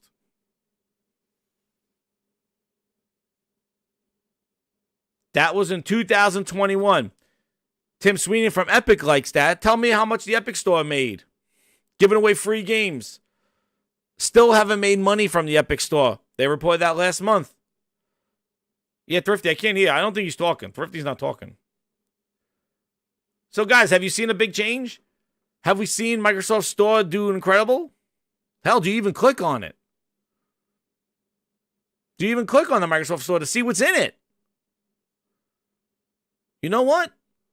Let's go visit the Microsoft Store. Let's go see what Microsoft is getting 12% on and tell me if this is a thriving store. Let's see if this is a thriving store. Let's see. Here it is. In case nobody clicks on it, this is the Microsoft Store. In all its 12% glory. Epic Store isn't profitable. Exactly, Westcon. Here it is. In all its glory. Beautiful. Look at all the wonderful devs. Look at all the top free apps. iTunes. Good job, Microsoft. Good job. iTunes is the #1 app. Good job. Look at all these Windows. Look, Microsoft Clipchamp. iCloud and iTunes are the top free ones. Good job, Microsoft. Good job supporting your own shit. Best-selling of rope. Look. Hey, Candy Crush. Look. Vegas Slots. Candy Crush Soda. Look at this. Top free games, Microsoft Solitaire. Does this look like a store that should yield 30%? Look at all the devs. All the devs went running since 2021. Grinders, we've been almost 2 years. August of 2021, Microsoft has been 12%. The devs can't hold their excitement back. Look at all these wonderful devs that came to the store. Look at all the new support that they got. Let's look at all the great free games that Microsoft has here. Oh my goodness. Oh my goodness. Look, the Minecraft launcher, Roblox, Caesar's slots, Vegas slots. Look at this trash. They got Halo Infinite slapped between Seeker's Notes and Club Vegas. What the hell? Spider Solitaire? How many goddamn Candy Crushes are there? Holy shit. Town Sherlock Detective Hidden Games. Dude, that's what we just played today. We just played today. Look at this. The support is incredible. Angry Birds 2 is on there. Destiny's showing up next to Angry Birds. Next to another slot game. Goddamn Phil Spencer the Casino. This is the store. Does nobody go to the store? Asphalt Legends has been out for Asphalt Legends 9 has been out for 20 years. It came to Android. That's the only Android game you can play. Gin Rummy. Jeez, they got some gambling sons of bitches on this thing. What a glory. Wait, let's go to gaming. Let's see what happens when we go to gaming. Here's where all the games are. 12%, everybody. 12%. Let's see. Oh, yeah, they're coming. The best of Game Pass. Best-selling games. Let's see what's selling. What they get. Hidden City and Hidden Object of it. This is the guys. 12%. Boo Sony. Boo Apple. Boo Google. Look at this quality. You just made the list. This looks exactly like 12% quality. You imagine if they charge devs 30% to put their shit in this kind of trash? You put your game in here, it gets thrown next to 20,000 slot games. Thursday went back to the waiting room. There's a reason why Microsoft went from 30 to 12. Because I'm not going to say it. Oh no! We suck again! Exactly. And guys, they've been 12% for 2 goddamn years. Look at the quality. Look at this. This game comes with 100 free spins. Look at this. This is top paid. What the hell? Fish them slots. Who's clicking on this games? This is bootleg if I haven't seen bootleg. This is the Five Below of digital stores. So I saved you the torture. I hear some games that people, dude, Farm Adventure. Who are these games? I can't believe how many gambling games. People gotta, get out of the casinos. This is insane. There's so many gambling games on here. Microtransactions galore.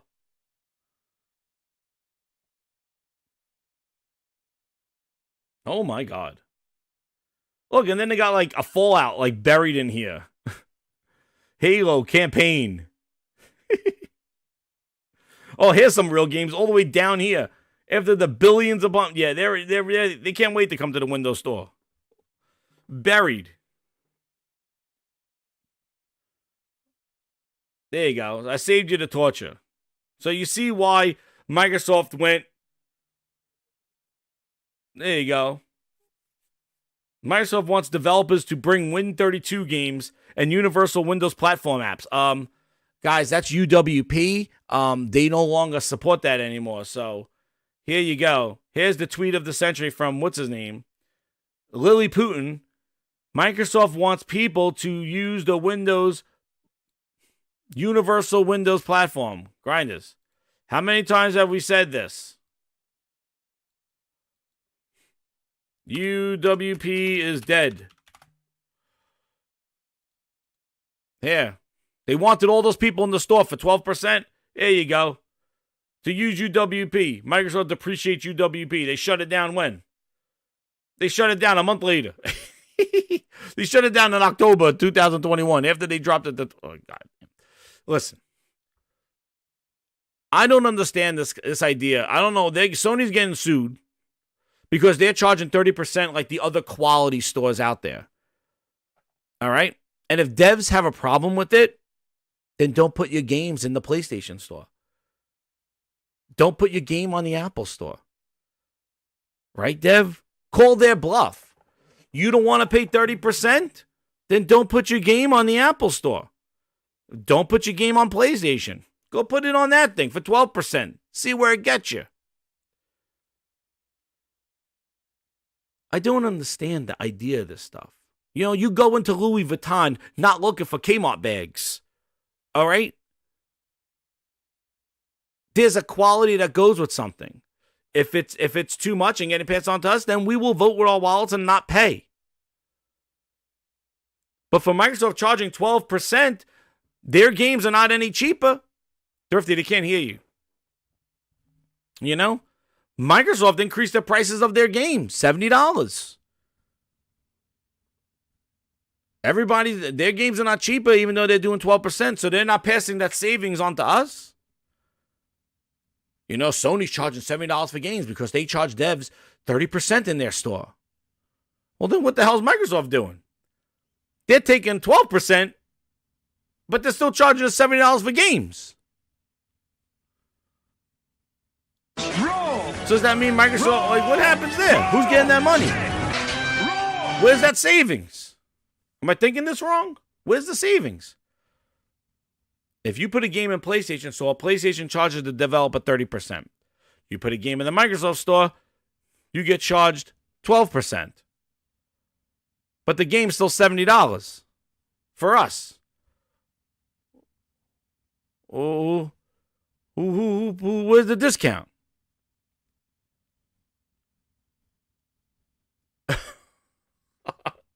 Exactly, Cosmic Hero. I don't understand the logic of this shit. I tell you, it's people that are ignorant. That's what it is. It's like, he says with the super chat, he goes, it's like going to a BMW dealership and getting upset that they don't sell Kias. Exactly. And you know what? Thrifty is not talking. Thrifty, I cannot hear you. His mic is not going on. There he goes.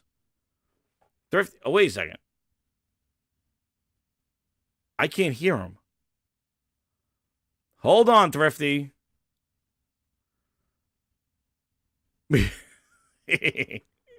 Hold on, Thrifty. Something wrong with my settings. I didn't even know you were there. Can't even hear him. Oh, that's why. It's not coming to my headset. Thrifty. Now, whatever your name is, get ready for the big surprise. There you go. Now I can hear you. Exactly. Nobody could hear you. Sorry, Thrifty. I couldn't hear you for the last 15 minutes. So I wasn't ignoring you. I couldn't hear you. Welcome, Thrifty, to the Grindhouse. How you doing, man? Uh-oh. I heard you, and now you went away. What happened? Where did he go? It's weird. But anyway, there's your PlayStation bankruptcy and again sued. Whatever. You know, until it affects our bottom dollar. You're my number one customer. Thrifty, you there? Damn, my Discord's going crazy. RTC connecting. What the hell does that mean? Holy Grindhouse. What is going on? Thrifty, now I'm connected. Holy cow. Oh, man, you're botting. Hold on. Yeah, keep talking. Hello, hello. Yes, I hear you finally. Holy crap. Holy, how you doing, man? Dude, I said hello about 3 times. I could not hear you. I kind of went on my I went on my own little thing, and then I heard you talking. And I was like, he still can't hear me. I couldn't hear you. And every time I looked at you, I could not see the circle lit. I was like, oh man, you must be muted or something. And then I realized that Discord settings were all messed up. But we are here. He's good. Gotcha. Grinders, he's here. Yes, I was not ignoring him. I did not hear him. And you're coming on just at the last time, right before Sony got... Do you have anything to say about this whole 30%, 12% thing that was going on with this lawsuit, which was last year, and it just showed up today because, you know, they got to try to... So... I don't know. Need that. Do we know what Microsoft... do we know what Microsoft charges? Well, in their Windows store, that's trash, it is 12%. They reduced it 2 years ago. And so when people don't really want to put their games on your crap, you have to give them a discount in order to bring their game to your crap. They have already said, developers have already said it's harder to work on the Series X and S. It's harder to design games for it. It's harder to have full feature functions across all the platforms because of it. And so, yeah, it makes sense that, hey, guys, will you bring your game over? We'll charge you 18% less than Sony. Well, it's actually Can- the PC can we have marketplace it that takes too? the 12. Is their So Windows do we know store. what? I So think we it's don't 30. know what Xbox charges. I'm looking up now how much they charge, but I'm looking at their Windows store. That's where they reduced it. But you're right on the same thing. Well, it's the Like same nobody's thing. put, yeah. Nobody uses it. That's why it's 12%. Right. Nobody goes there. Everybody goes to freaking Steam. Like, which charges 30. That's it. Epic also charges 12. Tell me who goes to Epic? How many dudes wait?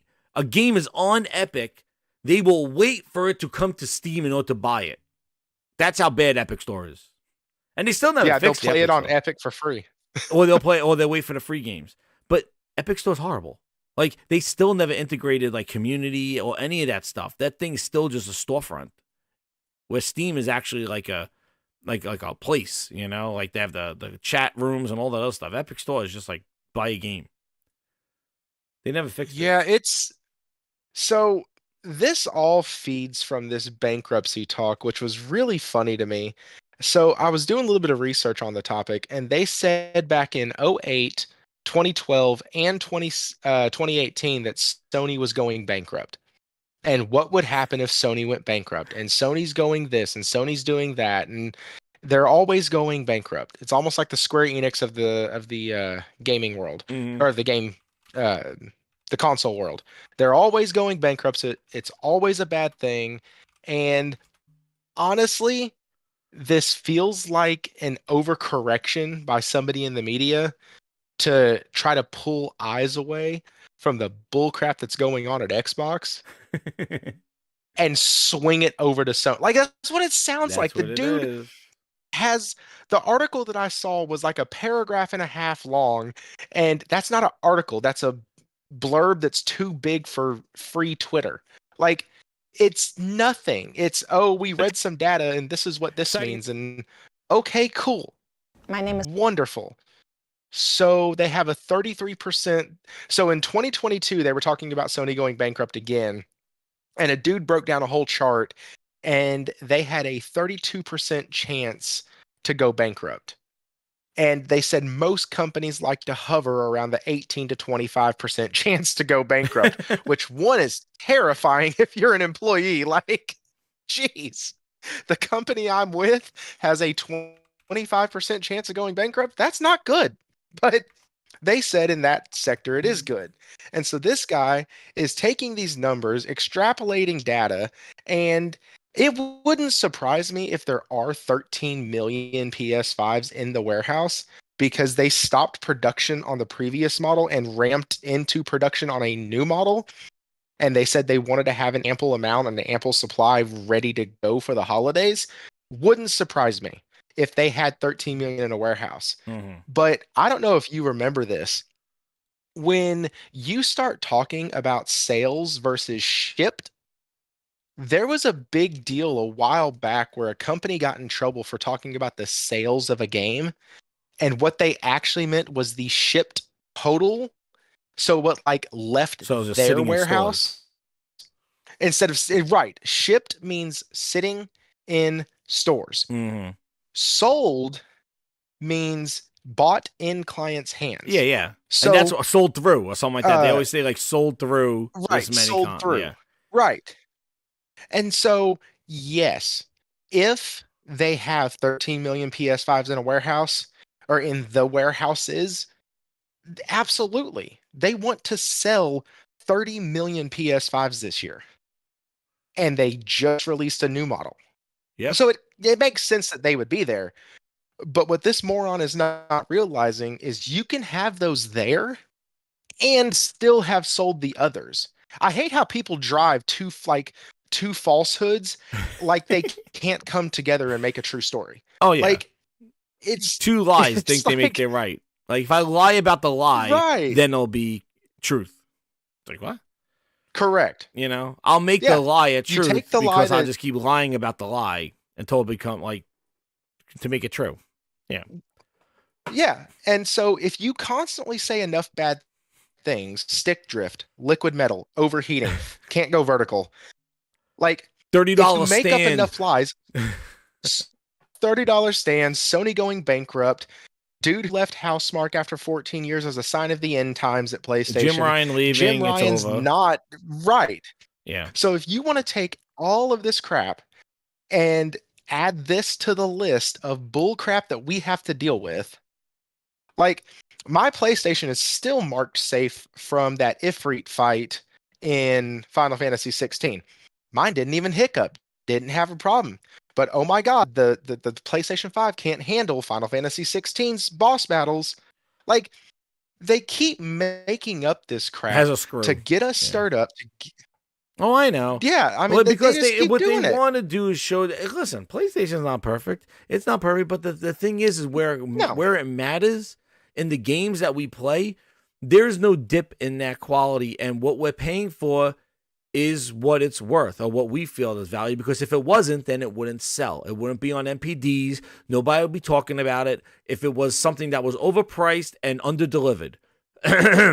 That's what the other brand is doing, and they just want to make it look like, well, Sony does it too, but they don't get called out for it. The thing is that you do it too much, and that's all you've been doing. Over-promising and under-delivering on the Xbox is but what's been happening since Phil took over. It's been, I heard you, I'm doing better, I'm making it better, I'm making it better, and then you fall flat on your face. You launch consoles without launch games. You tell me it's the most powerful console, and then it struggles against the PlayStation that's weaker. Oh, it's the tools. Well, where the fuck are the tools? Where are the tools? We're 3 years in. Where are the tools? Why are these games not being lights out beating Sony? It's not there. It's all excuses. How the hell does Redfall and Starfield ship at 30 frames when you got the most powerful console in the world? And you told us it was about feel. The next generation is about feeling. That's what it's about. It's about feeling the frame rates. It's the feel of the game. And then the two games that you launch after $7 billion feel like ass. Wooly, what's up, man? How you doing? Wooly, how you doing, man? With the 5, you don't have to do that. Love my GGAs, yo. Hope everything's well, Wooly. Miss you, man. We miss you. Hope all is well. Come back. Nothing has changed, Wooly. Nothing has changed. It's still all whack. Here, let me show you some numbers. Look, Wooly. Yeah, look at these numbers. Do you see something different? You want to talk about something to talk about? Trouble. This puts the T in trouble. Look at this. Ladies and gentlemen, this is the Europe 2003 hardware sales year on year. Look at this. PlayStation 5 this year was 200, 400, 400, 144, 81, 116, 244%, 197, 175, 143% year over year. And guess what, everybody? Sony showed the actual numbers of those sales and at 46.7 million that they're at. They actually told you the number of those percentages. It's not that I had 0 today and 1 tomorrow. I'm 100% better. No. They actually show the difference. Hence, the Switch, been out for friggin' too long, is showing marginal minuses and some pluses when they release a game. Here you go. Xbox, that came out the same time as PlayStation, day and date, minus 32, plus 13, minus 13, plus 19, minus 16, minus 1. July, they said Xbox who? No, not reported. They go, Xbox who? Who? August, minus 12, minus 35, and the whopping October, minus 52% year over year. Before I let Thrifty say something, Thrifty, the craziest thing about this, all these minuses for Xbox, guess what? Last year, they had no games. This year, they launched games.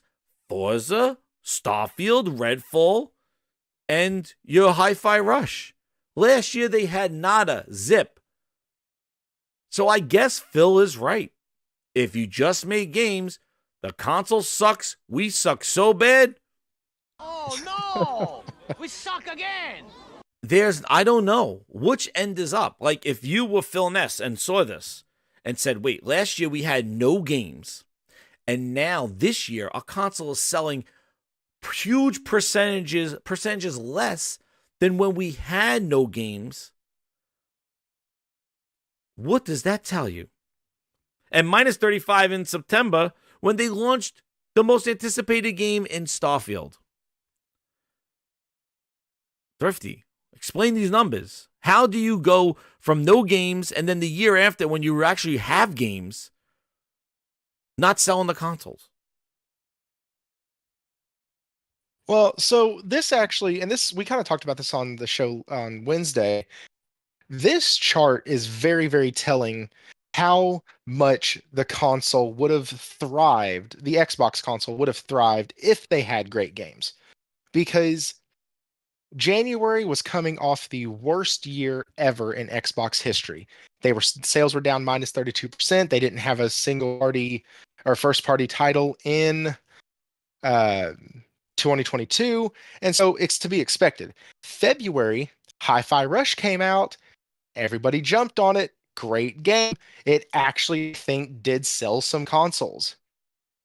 Then March is down. They don't have anything good come out then.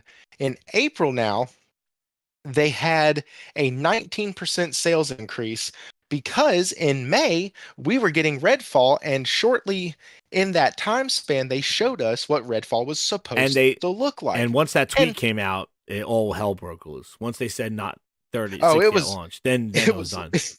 And then the game came over. out, and vampires got stuck on benches. On benches, they can't do it. They can't get over there. They're And fighting for their Team life. Blade, and they can jump, but I guess these can teleport, vampires are too. younglings, and they can't.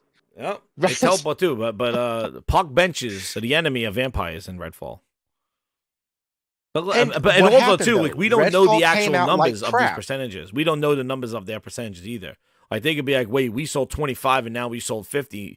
You know, now we're at 50% increase. Like, so we don't know. See, that's the one thing. Sony shows you how many they sold. That's true. And then they show, so the percentages are misleading because we don't know what the base number is. It could be 1,000 to 2,000. Sony, we see it's like a 5,000 increase, 6,000. Like you actually see numbers. So Microsoft, we just see the percentages. We don't know how low that number is. But this is telling. Well, like, look at the numbers. Like, my God, Sony's in triple digits year over year. Like, I like, what do you take away from this stuff? Like, I just think like, good games bring good console sales on a consistent basis. Good games bring good console sales on a consistent basis. We have eaten extremely well this year. Oh, there's an echo. Oh, sorry. No, it's fine.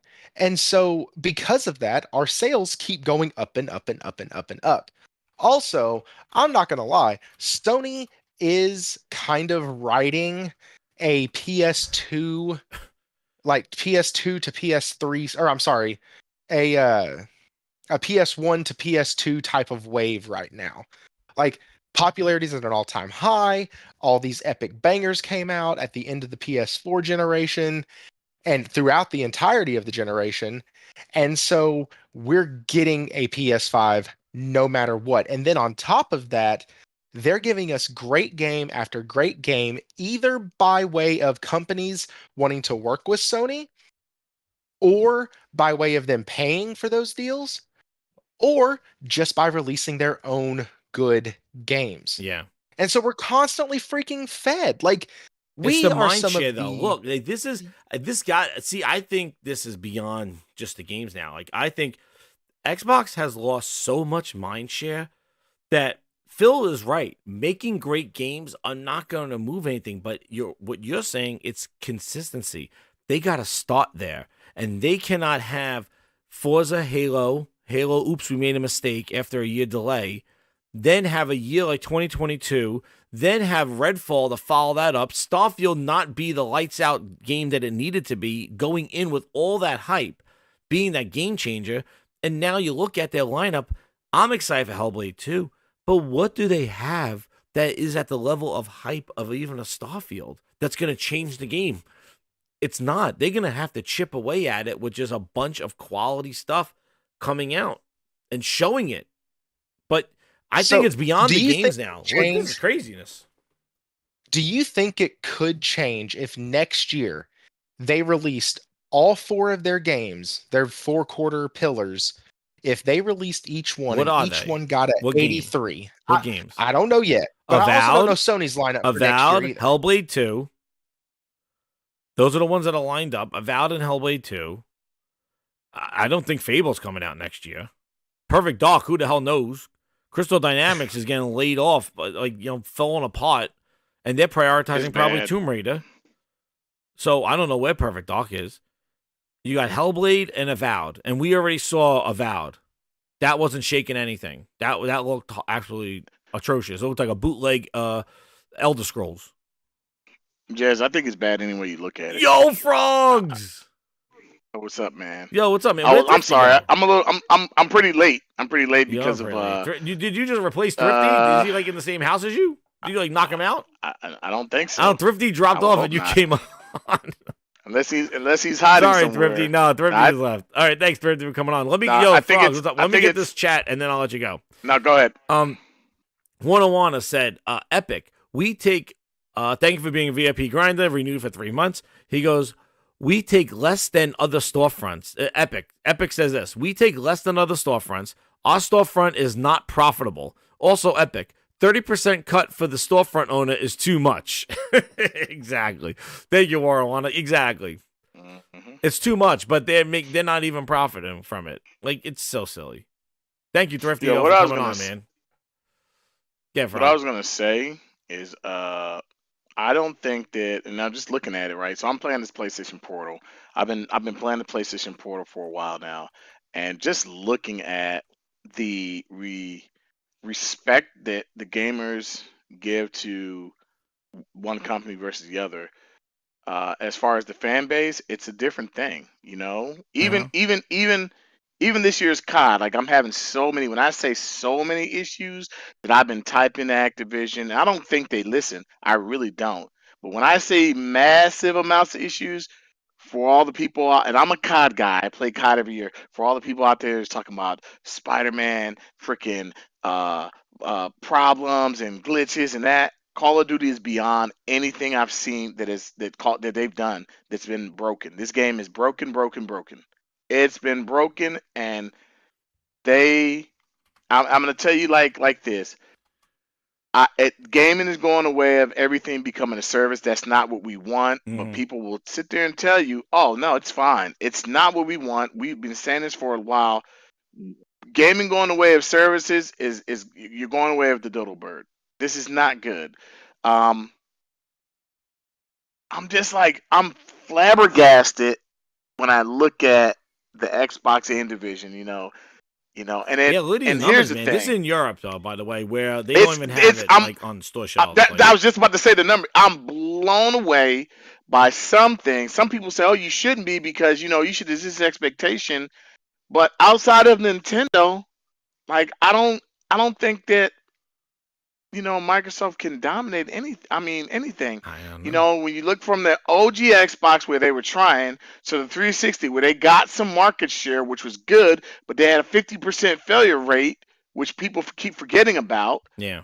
Let's go beyond the fact that PlayStation 3, yes, was very complicated and hard to develop for, but they had a 50% failure rate. People forget that. I don't care if they sold 86 million consoles. 43 million of those consoles were broken. So what are we talking about here? Did we not see? And then we went to the next generation, and they came out with TV. And Phil Spencer was right to say we lost the best generation there was to lose, and we don't think we can ever get back. You're gonna become third party. When you look at their console sales, 20-something million compared to close to 45 million, they're gonna become third party. I don't care what any fanboy says. I don't care what anybody says about Microsoft this and Xbox Game Studios this. The writing is on the wall. They won't reach 130 million subscribers. They will become third party. They will put their games in a service on PlayStation. I don't think that they need to make, and at this point, and this is just me, just trying to look at the math of things, I don't think they need to bring another console out, A. As far as the next generation console, I think the writing's on the wall. I don't think you reach 130 million subscribers, Phil Spencer, and Xbox. And this is not fanboy bull But crap remember, talking. This is just Satya doesn't even have the growth anymore as part of his bonus. Like, so he took that Game Pass growth away. But guess what, Jez? From Game his Pass incentive. is not growing. Here's the thing. How is Game Pass growing when you can't sell above? But you can't even sell close to 25 million, 30 million consoles. You bring up a good point. That means your subscription base is based off of three things: what the PC, people on the PC, a little bit of Xbox One, and a little bit of Xbox S, the series systems. Like your growth is null and void. PC players don't even care about Game Pass. You know, and to say that because they just like, hey, you might as well just put that shit here day one. Let me buy it. I don't care about subscribing to a service. Nobody cares about Game Pass other than Game Pass. Yep, I got people saying it's the best deal in service. It's the best game. You're bullshit liars. You're. This is not healthy for gaming. You can see it's not growing gaming. What will happen is next generation comes around and PlayStation 6 comes out. You'll be playing Xbox games there. Mark my word. Or you'll just download an app on your TV and you won't buy a game anymore. You'll just play it there because the digital market is coming real quick. I got you. But I keep telling people, don't expect Microsoft to have a huge inflation just because they bought Activision. Especially when you look at Modern Warfare 3 and people say, well, they were making Modern Warfare 3. If you keep producing games that are 3-hour stories and broken multiplayer, well, you can't stay alive. They gotta crawl out. They gotta crawl out of that hole. Like that. That's the thing. I'm not gonna blame them for this Call of Duty. No, I'm not blaming them for this Call of Duty. Fallout from thank you. The it's acquisition and all the stuff that uncertainty with it. But I do think this Call of Duty was a panic move. This is a panic Call of Duty that Microsoft is going to have now is that now they just inherited this Call of Duty that had a lot of issues that they're going to have to fix. Yes. Say we heard you next year. So guess what, Jazz? Perception is everything. Perception is everything. And people are going to perceive this. Hey, Microsoft, you on Activision now. This Call of Duty came out broken, so it's Microsoft's problem. I don't think this is a Microsoft problem. It's definitely an Activision problem. This is DLC they plan to come out with, and I think this is a bad way to start a relationship. Exactly. And I think that gamers are going to look at this and say, whoa, what is this? And you know what? Yeah, you can keep that crap in Game Pass. We don't want it over there, and we want to buy it for $70. The next Call of Duty comes out, and this game is so, when I say so broken, I've been freaking every little, I mean, dude, I did a match the other day. You've been on it forever. I was thinking about buying it. Let me tell you this. Play. I didn't get it. I did a match the other day, and I did not like that beta at all. We freaking, we played a match the other day, and it didn't say I won, like, you know, victory, or it didn't say defeat at the end. It said I got deeted. DEET. Because the words were messed up on the freaking game. It told me that I went 7-7. The game is broken. You got deeded? I got deeded. I have the screenshots to prove it. I got deeded. I was like, what the hell is this? Deeded. I was like, wait, I've been defeated before, but deeded. What the hell is this? Oh man, the deed all over your face. Oh damn. Told me I got deeded. What the hell? Then I'm sitting here and I'm like, you know, it can't be that bad, right? It's got to get better. Oh no, it gets worse than that. So I'm creating classes and it won't let me change. For the last couple of days I've been playing with a shotgun and a rifle because it won't let me change my weapons in my creative class.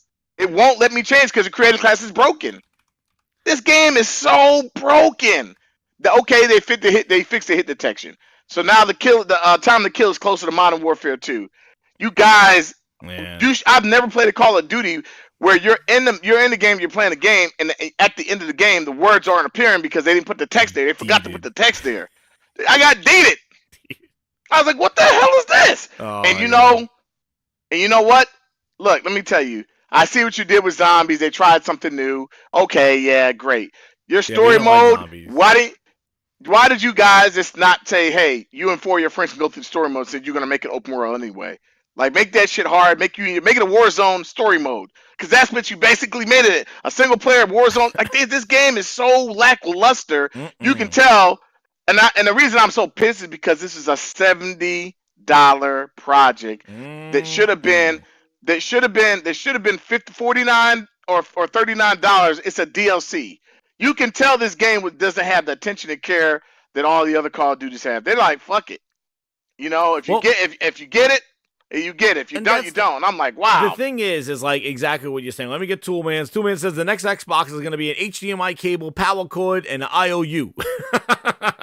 Yeah. At this point, a promise like signed by Phil. Games will be coming. It's but sad. like I want to say like what they've done with this Call of Duty. Again, just like what Xbox was saying, like this is out on Activision, but the problem is that now this has become now a Microsoft problem because now Let me ask you a question, they Jazz. need to come back from this next year to show this and Yes. this is and trust me, if this game was one of the best Call of Duties, it would have been an Xbox game. You bet your friggin' ass on that one. But because it's not good, people want to disassociate it with Microsoft now. Like, oh no, that's not theirs. Yes. Wait till next year. But look, trust me, if this was and like that's one the- of the that's the- best Call of Duty campaigns or the best, You would hear about it. Oh, man, it would have been. Oh, Xbox did it the justice. It's an Xbox game now. Look at you ponies. We got the number one Xbox game.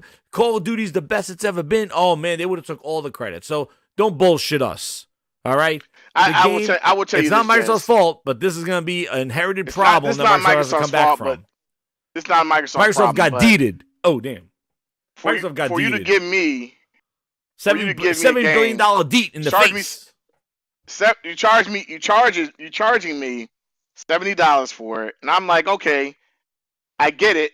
And you give me 16 original maps with game modes that aren't designed for these maps. Number one, they're not the game modes in this game aren't designed for these maps. Then you say, hey, we're gonna give you extra maps because we heard you, and you give me Modern Warfare 2 maps from last year, but they're in a separate playlist. Did you really hear me? Then you say, you know what?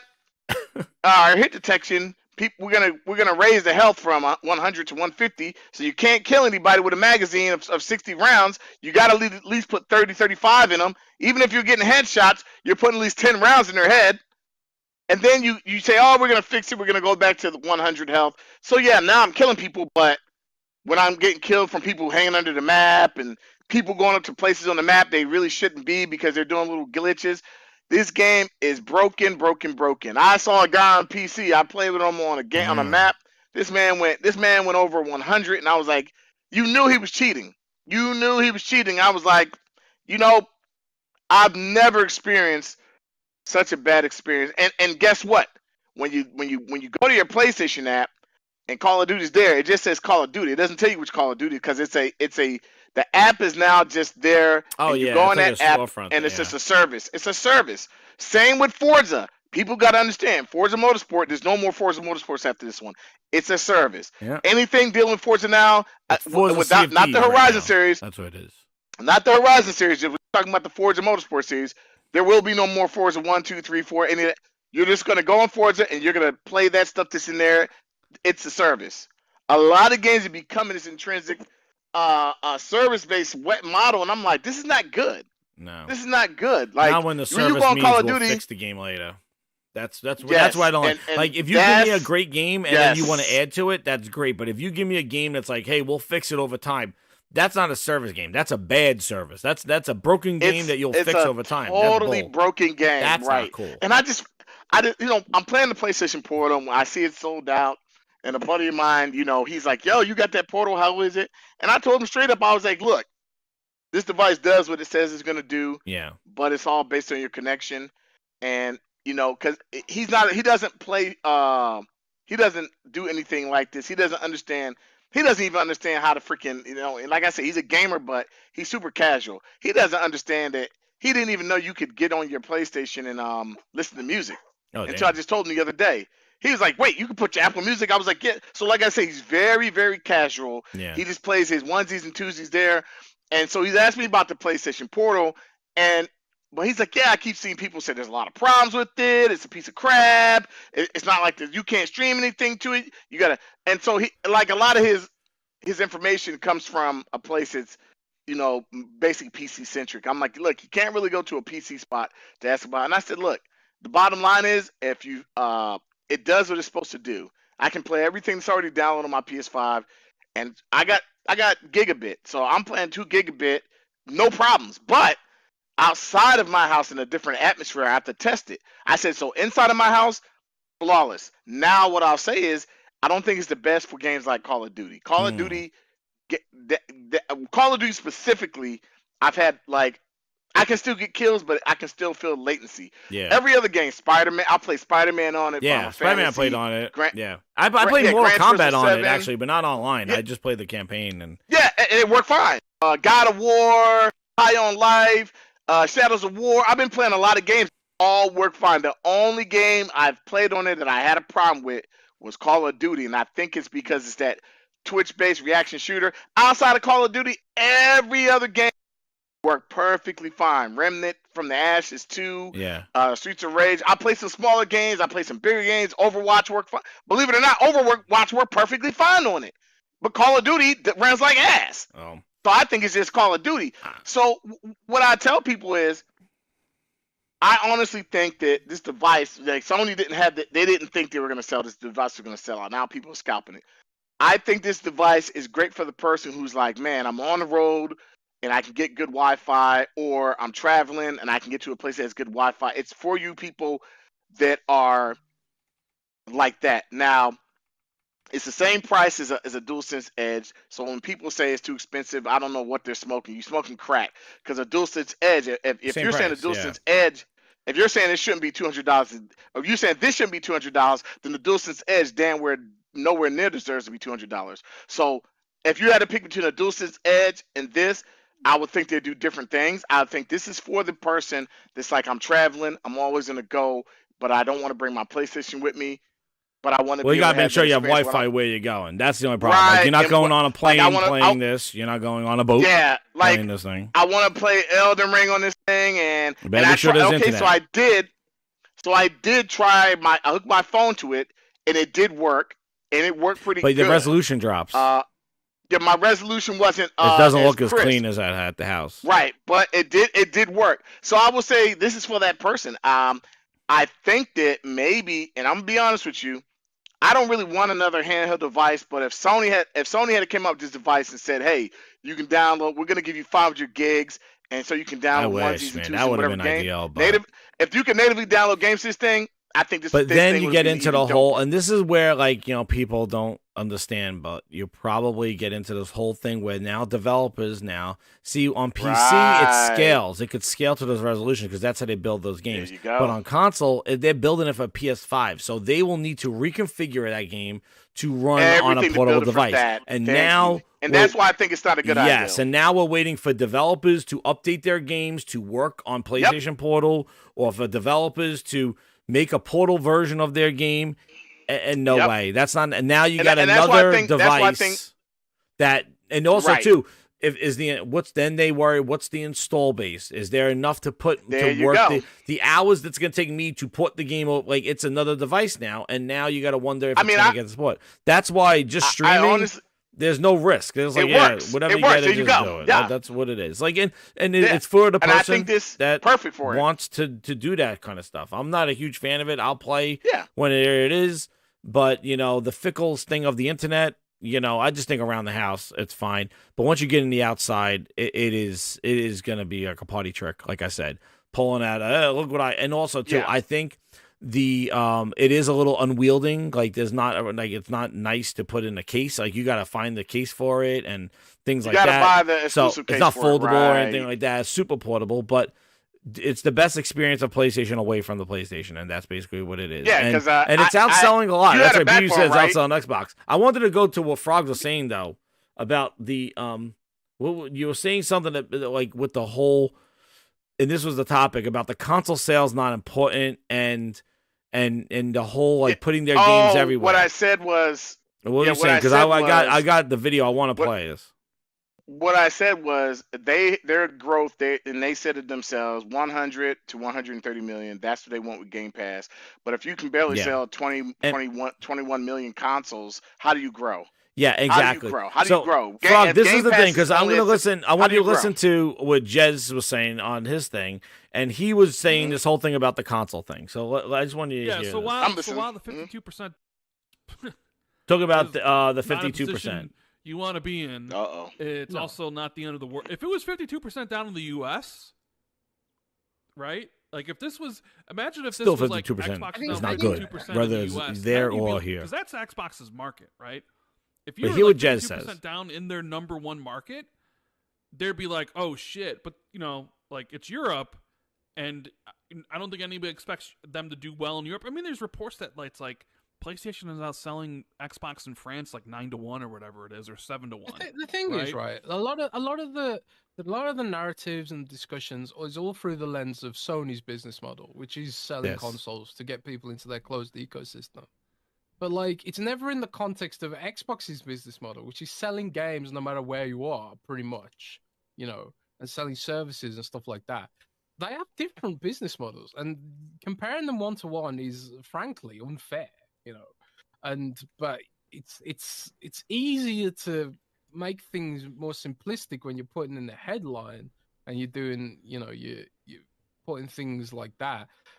And it's difficult to really touch on some of those nuances in a tweet or in a headline or whatever. But nobody wants to read the small print. Nobody wants to read past the headline and stuff like that. So like Xbox's software sales and their services sales and all that kind of stuff. That is like for Microsoft. That is their headline act. That is everything that they're interested in. Everything they care about. If they wanted to sell consoles, they wanted to be a console. If they wanted to compete with Sony, they wouldn't be putting things day and date onto PC.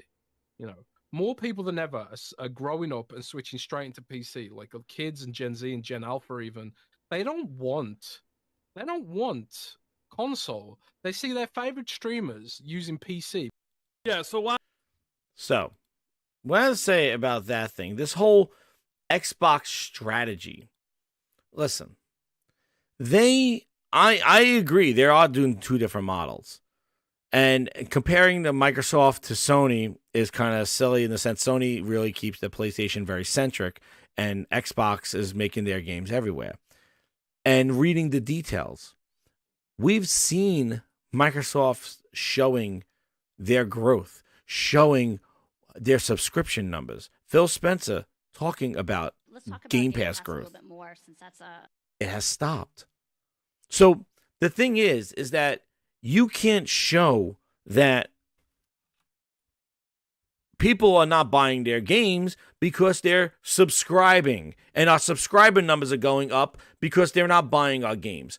Our games are not on NPDs lasting months and months across because they are everywhere. The more people that play our games on the services are buying those games. Where is that? Starfield dropped from 1 to 7. I bet you it's off the top 20 next month. That game is everywhere. It could be played on Samsung TVs. Are those people buying the game after playing it? Where are the sales of these games? Where are the increased subscription numbers? Why are they stagnant? Why? Because you're saying that Xbox should be measured by those success factors and PlayStation not by console sales. So console sales being minus 52 is not a big deal because they are seeing success in services and growth. Are they? Because from the numbers that they share with us, from the numbers they share with us, their services and everything are down. And what they're doing is that they're doing is like, oh, they'll be up next month because all you're doing is taking the Band-Aid of Call of Duty and $70 billion and putting it over the wound of content and services. But guess what? That Call of Duty going there does not help all the other ones that didn't do anything. That doesn't make Halo and all those other ones better. Just because now your content and services are up because now you include Call of Duty numbers, that doesn't fix the problem that you had initially. All it does is put Band-Aid over a leak that's leaking too much. That's all you're doing is putting a Band-Aid on a leak. You're like, oh yeah, I fixed the problem. You put a Band-Aid over a crack. It's like, no, you're not. So you may look good because Call of Duty sells, but really, you bought those. You spent $100 billion to get that look. What the hell? What about all the other stuff that's currently under you right now that's not showing success? We've been hearing this rhyme and reason game for the last 4 years now. Microsoft's plan. Microsoft's putting their games everywhere. Dude, their games are everywhere, and their games are not selling. Forza Motorsport debuted lower than any. Forza Motorsport, 6 years of Forza Motorsport, and it didn't even. It was like, where the hell was it? It was at the bottom. The game is everywhere.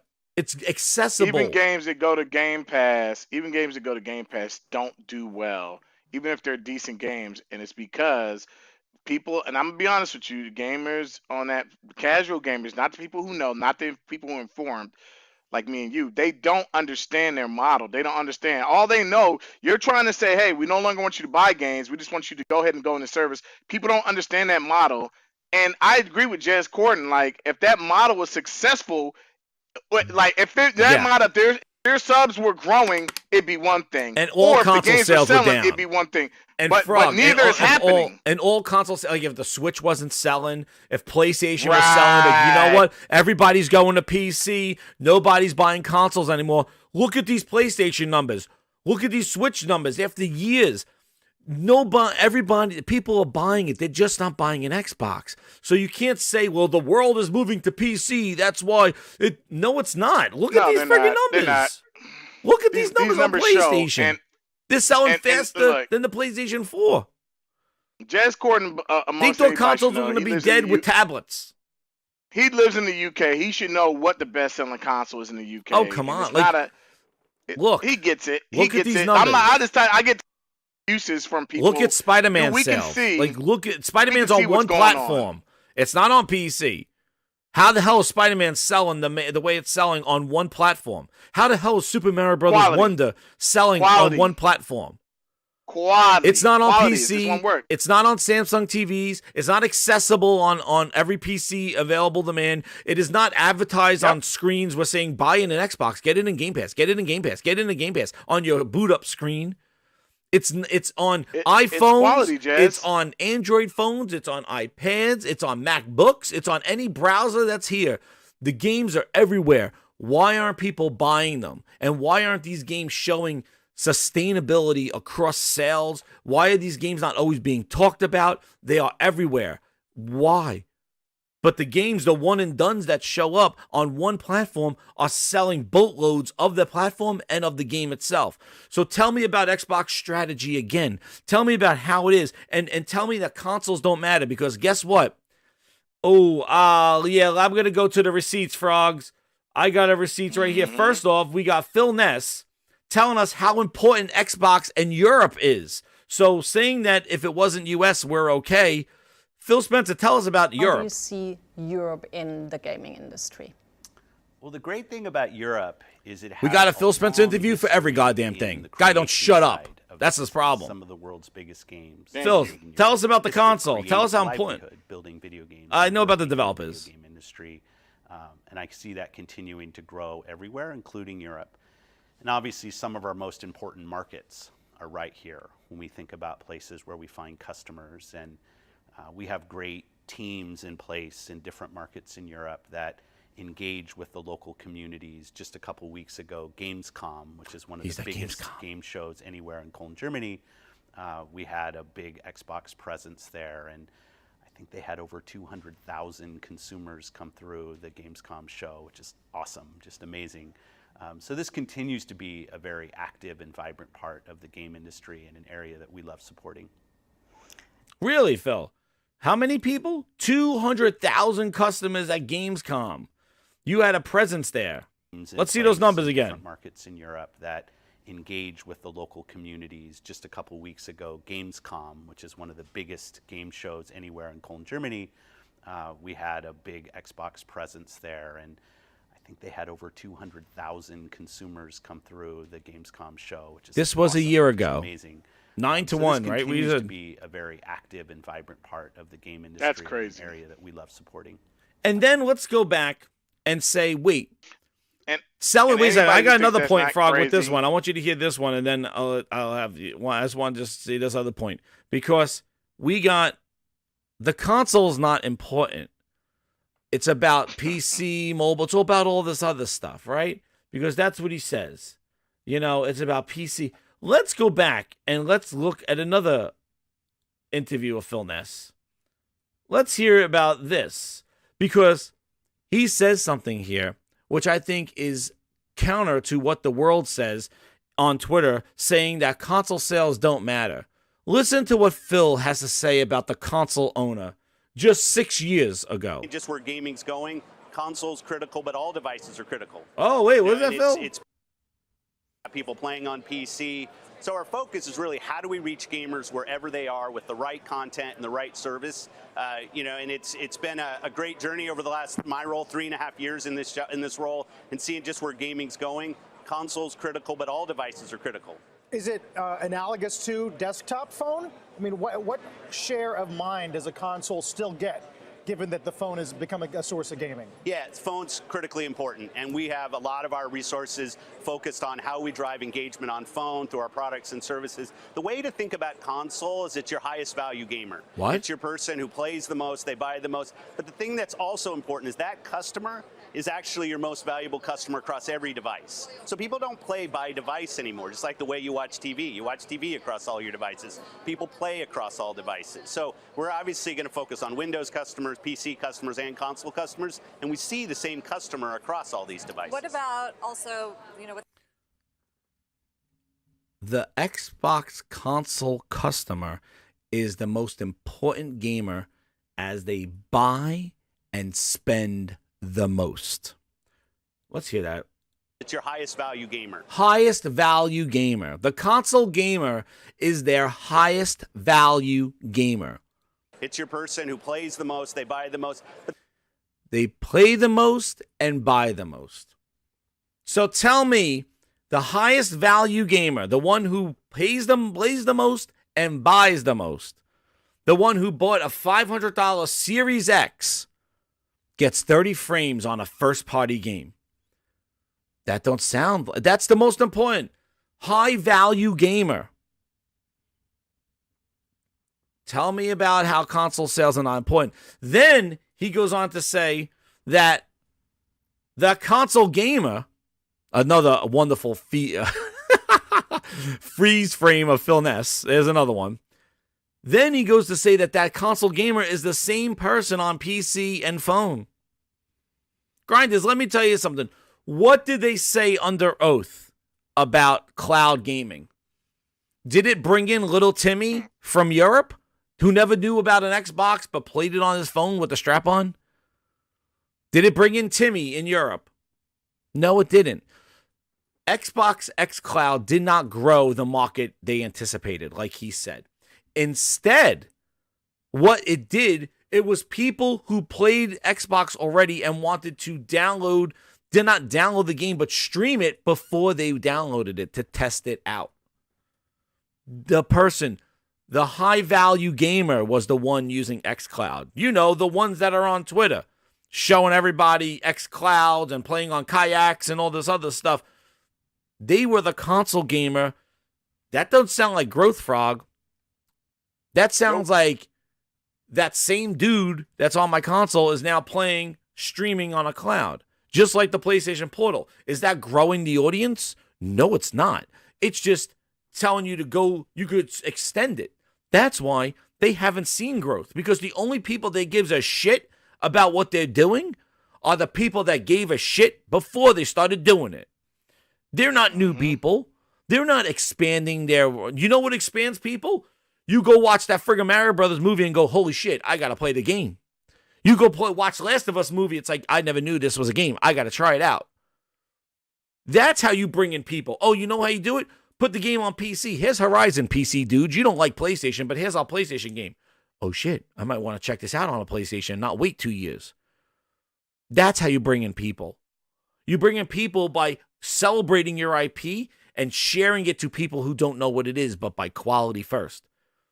Instead, you thought the same game works on every device, have everybody, and guess what? All you did was just spread the peanut butter thin. That's all you did. You gave your devs more work. You did all that stuff. And now, look where we are. 6 years later, no growth in Game Pass. Game Pass has steadied off. The people using the cloud, they said it on their own. Sarah Bond said the main use of xCloud was people trying out games before they downloaded them. It didn't bring in the audience. That's why they bought Activision Blizzard King, because they wanted to get the mobile sector of King. because they have no mobile presence. After 6 years of xCloud, 4 years or whatever the hell of xCloud is, it didn't do what it needed to do. So they needed to buy their cloud. They needed to buy their mobile strategy. Just like Bethesda, they had to buy their PC strategy because what they were building, they realized that only the Xbox console player, the high-value gamer, was the only one that gave a shit about what they were doing. People over there didn't care. So they had to buy the stuff that they cared about. And now say Microsoft owns it. And that's what they've been doing. But you see what he's talking about, though. If he considers you, the Xbox console owner, high-value gamer who buys and spends the most, then those console sales should be the most concerning to everybody. Because guess what? You are the high-value gamer. Buy the most and spend the most. And you're minus 52 when you have games. What the hell is that? Frog, what do you think that is? Like, it is absolutely insane. The fact that it's called they don't care. And they say console sales don't matter. Sounds like it matters to him. Sounds like it matters to him. They're the most valued gamer. And then tell me again, what did we hear? And this is what people forget about. They talk about friggin' Xbox tax, right? I don't know what that is. Well, Frog, I'm going to tell you this. What the hell is it? In the middle of this year, when Redfall was released, what was the outcry from Xbox fans? And from a lot of people. What did they make the Xbox console feel like?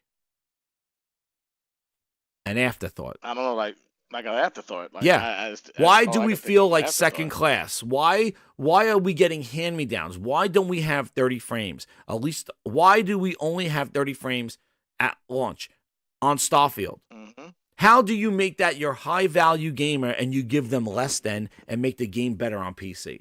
That's why we have PC Hawk here. PC Hawk, they don't care. He's going to go play Starfield on PC because it plays better there. Xbox Series X should have been the best value for price to performance and optimized. You have a first-party studio. The reason why even first-party exists is because Xbox makes a hardware platform. Therefore, there should be perks and benefits by being owned by Microsoft and working on that hardware because they are the ones that built it. First party. Agree. So how do you ship first-party games being owned by Microsoft for over a year and a half, and your games come out at 30 frames? When he said the whole reason for the Series X generation was to be about performance and feeling those things, and you could not get 60 frames on the Series X. How does that feel to the high-value customer, the high-value gamer? What was that again, Phil? What do you call them again? Value gamer. Who was that? A lot of our resources focused on how we drive engagement on phone through our products and services. The way to think about consoles, it's your highest value gamer. It's your person who plays the most, they buy the most. Yeah. How do you treat your high-value gamer, the one who buys the most and spends the most and plays the most with less than PC? PC is obviously going to be more powerful, but how do you not make sure that that game is optimized for that console? Same goes for Forza. How the hell do you make Forza have ray tracing less than low settings on PC on the most powerful console? First-party game engine, boom. What are you doing? Who's your highest value customer now? Phil. Not caring. Wait, Phil, I got another quote from Phil just a year ago. Tell me about Game Pass growth and where it is. Is it with your highest value customer? Let's talk about Game Pass a little bit Let me hear it again. We need to hear this again, Grinders. Hit that like button. How many subscribers do we have now? And it does seem like a really good deal for the consumer, but what about the Microsoft investor? How is this a moneymaker for Microsoft? Our last public number was 25 million subscribers that we've talked about. We get an update? Not right here. Still no update a year later. We did talk about growth on PC, so our Game Pass subscription, not expecting everybody's following the video game market, is available on gaming consoles and on personal computers. and you can subscribe in both places. We're seeing incredible growth on PC. I think Satya Nadella in our earnings yesterday, the CEO of Microsoft talked about, I think, 130, 140% year-over-year growth on PC, which is really where we're focused. On console, I've seen growth slow down on Game Pass, mainly because at some point you've just reached everybody on console who wants to subscribe. And we don't see subscription, unlike some other forms of media that have really moved almost solely to a subscription business. Today, Game Pass is an overall part of our content and service revenue. And you see, he shifted. Game Pass now is part of the content and service revenue. Where is it coming from, Frog? Like, where is it coming from? It's not coming from game sales. Subscriptions are not growing. Nope. Where is it coming from? It's coming probably from their acquisition and them just putting the Band-Aid on the crack of goddamn booty. Like putting the friggin' Call of Booty right on the crack of booty. Like, it's like, hey, guess what? We didn't make any money this month with everything that we got, so we just spent $70 billion, and now Call of Duty becomes our numbers, and we call it a day. We look good. And that's basically what it is. But it doesn't fix their inherent errors. It doesn't fix the inherent problem that they have as a business. All they're doing is just putting lipstick on a pig. And they got Bobby Kodak's ass on there, grab ass and Big Booty Bobby over there. Shit. But isn't that crazy? Like, that was so what's saying console, and I hear this a lot too. I don't know if you said it or other people say it. It's like a console sale is a subscription or an entry into your ecosystem, which goes to your services. I said that. You said it. So to dismiss console sales and say they don't mean anything, that is your primary customer. That is the person that's going to buy and spend the most and probably most likely enter and join your ecosystem and contribute to live services and content. So to dismiss that console and say, oh no, it's about little Timmy on a phone somewhere in Europe. No, that guy's not going to grow your platform. The person who's buying the console is going to be the one most likely to buy games from your store, especially if they buy the old digital version. They're the ones that are going to sign up to Game Pass, especially when you entice them with the friggin' ads on the front screen. They're going to be the one that's going to subscribe. They're the one that's going to be invested in your ecosystem. The console is the gateway to success. But you totally agree. Have dismissed that and just made it not the best place to play your games. That console should be the best place to play your games because that console is the primary asset to your gateway to services. Sony sees that. You say Sony's doing something different. No, they're not. What Sony's doing is keeping their core audience satisfied and expanding and recruiting other people from other brands and other ways. That's what they're doing. But they're not losing sight that the PlayStation console is the gateway into their IP, into their service, and not even to their IP because they put their IP other places, but into their ecosystem.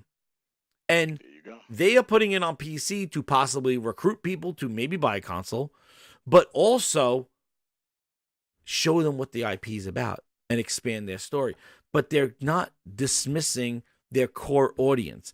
That's what Microsoft has done. So when you look at these numbers are of a group of customers that have lost faith in the brand. Nobody's buying an Xbox now because they know it's a dead-end console in the sense that the company doesn't care about it. Because like what Jed said, if they did care about it, they would make games exclusively day and date on the console. And they don't. And what does that say as an Xbox fan? How do you sit here and believe with that strategy? Know what they needed to do? They needed to take Call of Duty and make a goddamn exclusive to Game Pass, call it a goddamn day. We bought it, it's ours. At this point, that's what they need to do. Yeah, they need to do that. That's what they need to do. But they can't. And let's see, and what Jazz, here's the thing. let's see you guys go ahead and take Call of Duty next year and say, hey, exclusive to Game Pass for, let's just say it's exclusive to Game Pass at launch and it doesn't come out to the following year for whatever reasons, right? Or not even that. It still comes on PlayStation, but it's in Game Pass. Just put it in Game Pass. Let's see if your subscription numbers grow astronomically bigger. They will not. Oh my goodness. Hold, I gotta ask this guy. They will. Okay, They sorry, will not. Frog, let me They ask will you this not question be- here. Go From ahead. Hero Down Under. How you doing, man? He goes, it's not just games, it's the entire ecosystem. Devices, subs, and games. So I don't know if he's talking about Xbox, but I would assume that devices, subs, Dude, and games, it's based on they're games. not What selling. are you subscribing to? Yeah. What are you subscribing Games to? are- You're subscribing to games. Games are what's going to bring you into the ecosystem. Games are what's going to make you initially buy the The console. device. And I think Who's and I buying think device Phil without Spencer- games? Who's subscribing without games? Oh, is I he? think He's Phil talking about PlayStation. Wait, Oh, okay. is he Wait, talking about what? PlayStation? Hero Down Under. You talking about PlayStation and Xbox? Yeah, I'm so confused now. I don't know because if oh PlayStation. Okay, he says it's an entire. Excuse me. Well, there you go. He's now talking around. You're right, Hero. That's the thing. PlayStation. Yeah. The games are the things that sell the devices, that get the sub, that sub the services. Oh, okay. Yeah, That's yeah, what yeah, it yeah, is. yeah. It's Okay, not yeah. just the games. It's the and exactly. Even the stuff you could say with the friggin' movies. But the thing is, Yeah. oh my God, he said he spent over 5,000 over 3 years. But the thing is that the PlayStation, Jeez. it gets you. Dude, somebody hide his thing so he says his wife don't see. Yeah, but you're right. Like that's the thing. Like the games, that's a goddamn commitment, Hero. That's all right. That's right. But the games is actually that's what it is. You're not gonna subscribe. Like that's what I think. Like the people think like, oh, I'm gonna buy an Xbox when they had no launched games. It's like who's running out and buying an Xbox when there was no launch Nobody. games? There was Demon Souls, Miles Morales, You know- Astrobot, boom, boom, boom, boom. You know what I got a series? Spider-Man, You know what I got a bro. Series X for, and I got excited about.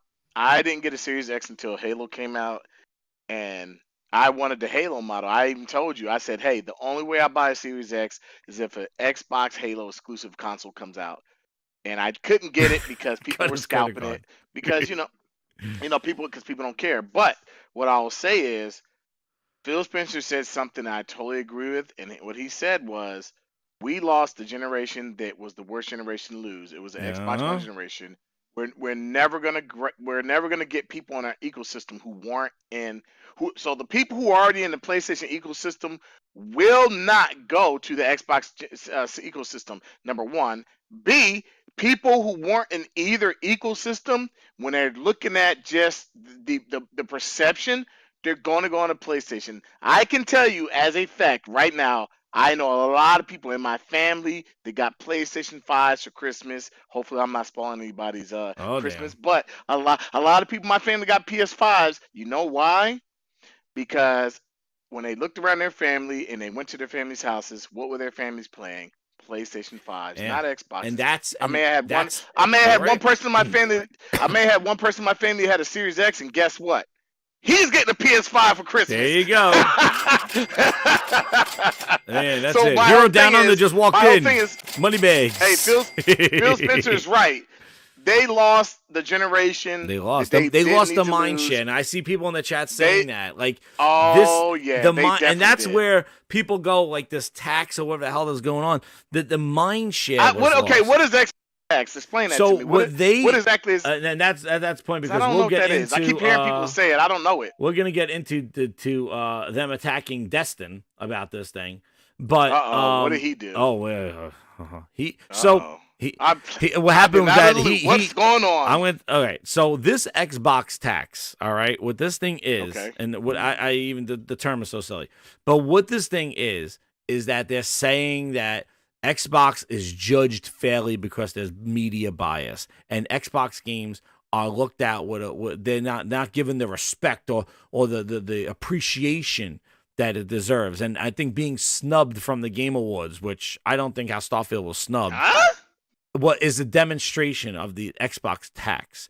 This thing is so stupid. Listen, We just talked about So there is a friggin' bias because Xbox has overpromised and underdelivered consistently. Frogs, if I asked you, if you had a friend and you asked him, say, come pick me up at 1 o'clock. He's a half hour late. Come pick me up tomorrow at 1 o'clock. He's a half hour late. He goes, I'm sorry. I heard you. I'll be here tomorrow at 1 o'clock. All right. You'll be here tomorrow at 1 o'clock? I'm sorry. I took it on the chin. I'll be back here at 1 o'clock. He shows up at 1:45. I'm sorry. Again, I hit traffic. You know what? COVID and stuff. All right, fine. All right. We'll do it again. He goes, tomorrow, 1 o'clock. All right, I'll be there. Okay, I'll be there. I promise. All right. Doesn't show up again, 2 o'clock. You got to get to the airport, Frogs. Are you calling that person to come take you to the airport? No, I'm calling it. Or I'm just going to save up and buy my own car. Are you biased that against I can him? drive because no, I'm not biased against him. I know he's not reliable. He's not reliable. Ching, ching, he ching, cannot ching. deliver. There he you go. cannot deliver. Circle gets the square. There you go. Yeah, that's it. That to me, that's common sense. Well, there you go. If people are saying that Xbox is being taxed because everything they come out with, they're not getting good reviews, or people are downplaying them because it's only on Xbox, I don't even think that's true. They even blaming the Call of Duty reviews because of Xbox. No, I'm not blaming that. That's what they're doing. The Xbox, that's an Activision thing. Call of Duty is on Call of Duty, but the fact that Microsoft purchased them, it could have been a worse time for Call of Duty to not be good this year. That's a hole they got to dig out. It could have been a worse time. So that's something that people are going to look at and say, damn, Call of Duty's happened to come out and was not really good this year. At the same time, Microsoft buys them. They just seem to, man, let me tell you something. Everything they touch, man, bad news. They just seem to catch L after L after L. It's like they can't catch a break. They're making really bad decisions, and people are thinking, and I'm going on the line. People are thinking next year is going to be better because we know everything they've announced, and but we don't know when it's coming out. Well, we know Wolverine was announced, and I guarantee when Wolverine comes out, it'll get Spider-Man scores. Yeah. We know that's going to happen, and anything that comes out around Wolverine, I feel sorry for it if it's not a Grand Theft Auto or something like that. Move out the way. So my whole thing is, we don't have a game. Starfield was the only game that came out this year. People were like, "Oh, everybody better move out the way," and some games moved out the way, and some didn't. And guess what? It came out, and it was what it was. This year was supposed to be better. That's right, Josh. It was just Xbox sells okay rooftop game. Crackdown 3 parties for Terry Crews. Tennis says. It was just an okay game. I don't think it was a horrible game. It was okay. It was good. Exactly. Like I think it was good. The thing is, same with. Hear this. I was thinking about this, right? Look at what Bethesda under Sony did with Ghostwire Tokyo and Deathloop 2. And then Redfall with Microsoft owning them. Like, the thing is like, there's something going on. Is that tax? Wait, let me tell you something, Jazz. I'm not the biggest fan of Deathloop. I don't like Deathloop either, but. Right, but. It came out to critical acclaim. People, oh my God, it's so good. And I was like, I don't know what they're seeing. And these are some of the same people that, the IGNs and the games. And these are some of the same people that said, oh, there's a bias over there. They talked about Deathloop like it was. But what about the marketing for Deathloop, Frog? What about the marketing? They showed Deathloop, but if Sony made sure that we saw so much of friggin' Deathloop, and guess what? It came to Xbox, nothing. Crickets. Ghostwire no conversation. Tokyo. Crickets. Ghostwire Tokyo, nothing. My whole thing is I think at this point, what people aren't seeing is, don't expect, if you own an Xbox, I will say enjoy your games, right? But don't expect to rise from the ashes and freaking not with this proclaim anything going forward. Like you can't. I did not like cannot Deathloop. be. You cannot have all these servers. I didn't particularly care for either game. But they're not bad games. They're great games. It's just, but I'm telling you, like Deathloop was a better quality game than Redfall. Oh hell yeah! Right? Like I thought, graphically, if Redfall had a graphic like Deathloop or had some kind of great art style, it would have been okay. But yeah, that game is Deathloop had multiplayer in it as well. Redfall is such a broken game. It had multiplayer. It looked good. It used the features of the It did not have control. multiplayer, Jazz. Yeah, Wait. It didn't have multiplayer. Deathloop had it. No, you had no. Deathloop had it. I'm saying Redfall didn't have multiplayer. You had to have your friends join up with you to play. You couldn't randomly just find people online to Yes, play. it didn't have matchmaking. That it was so ass backwards broken. It's like, how do you guys see And what it you did this did not time? look that great. And then the next game comes out, just do your total. It's a crap fest. Like the next game comes out, and I think Microsoft, Arcane misses. I think Microsoft's biggest problem is, and I think we've heard this before, with all these studios and all these people and all these things, I think they're gonna have a hard time managing. I don't see how they manage all this Booty's stuff. in charge of it all. Let me tell you something. You're gonna have Booty a lot clapping more that ass. hits. A lot more misses and hits, especially when you're like, "Hey, studio, it's in Game better not Pass. mess up Just fix Hellblade it as 2, it dude. comes. Just fix it when it comes." I hope Hellblade 2 is good. I don't know, man. My goal is hands off. This is my goal, Jazz. This is my goal going forward. Obviously, I play primarily on PlayStation. I'm playing a ton of Switch games. That Switch is doing a thing. Hopefully, Switch 2 comes out and it's good. We'll see. But my goal right now, because I bought a new monitor, right? Really, really awesome monitor. Mm-hmm. And I can do a lot of things with this monitor I couldn't do before. My goal is I'm going to buy another Series X. It's going to be a Halo one. But this ultimately will be my last Xbox console. I'm not going to subscribe to Game Pass. I'm just going to buy the onesies and twosies. It's going to come with your PC. You get 3 months of it. You just keep getting free shit.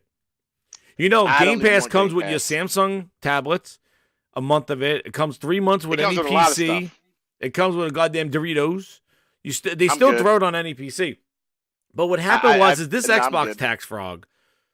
The problem is and I said this earlier, how we talk about they feel like there's this bias, dude. There are big influencers that come out and say that they're straight, like Xbox the Ocho, Xbox Era, Xbox Generation. Who are those? Are those tax free? Are they Xbox tax free? Those guys. Jazz, Then you wait, tell you something. You have Destin Laguerre who comes out, works for IGN, and says he is an Xbox fanboy in his videos that he blew up his channel because he is that. You got Paris Lily hosting DLC and flying helicopters for Microsoft, hosting their goddamn showcase, and then saying he's going to review. Dude, and then he's going to say he's reviewing Redfall or he's reviewing Starfield. Dude was thrown out there. Zone, man. There's a dinner picture with him and Aaron Greenberg and Phil Spencer on the docks. They just fed him. Dude, they flew his ass to the Belarus, whoever the hell it is, to go fly for DLC for Dune. Dude is on Microsoft payroll, and he was reviewing Starfield and gave it a 4 out of 5. Hey, let me tell you something about these guys. I'm gonna be honest with you. Let me tell you something. These guys aren't fans. These guys are just sitting. Who? These guys aren't really fans or even gamers, man. Let me tell you, man. They're just getting paid. They're doing what they do to get paid. There's some people who play on Xbox who talked all this great stuff about Starfield, and I looked at their hours compared to their trophies, right? I'm sorry, their achievements. I looked at the hours compared to their achievements. I was like, how do you got all this time in this game, but you barely got any achievements? Because they sitting there with their console, let that sit. Let the console sit and go on Twitter. My son played Starfield, one playthrough, one swoop, right? Yeah. And then he did New Game Plus. By the time he went to the New Game Plus, he had like 70% of the achievements. And I was like, son, how'd you do that? He's like, I just played it and just did. And I was like, 70% of the achievements. And I want to say he only had like something hours in the game. I'm seeing people with hundreds and hundreds of hours in this game, and they barely got like 10 achievements.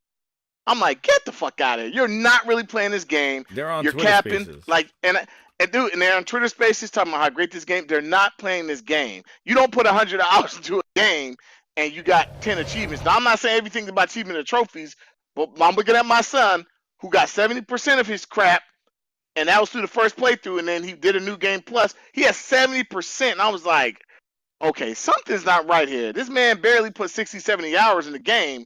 He got 70%, but I see people over there saying, oh, I got close to 200 hours in the game. You got 10, 8, 10 achievements. You're not playing. I'm gonna You're tell you not more playing about that the game. tech. You're keeping your console on. You're lying.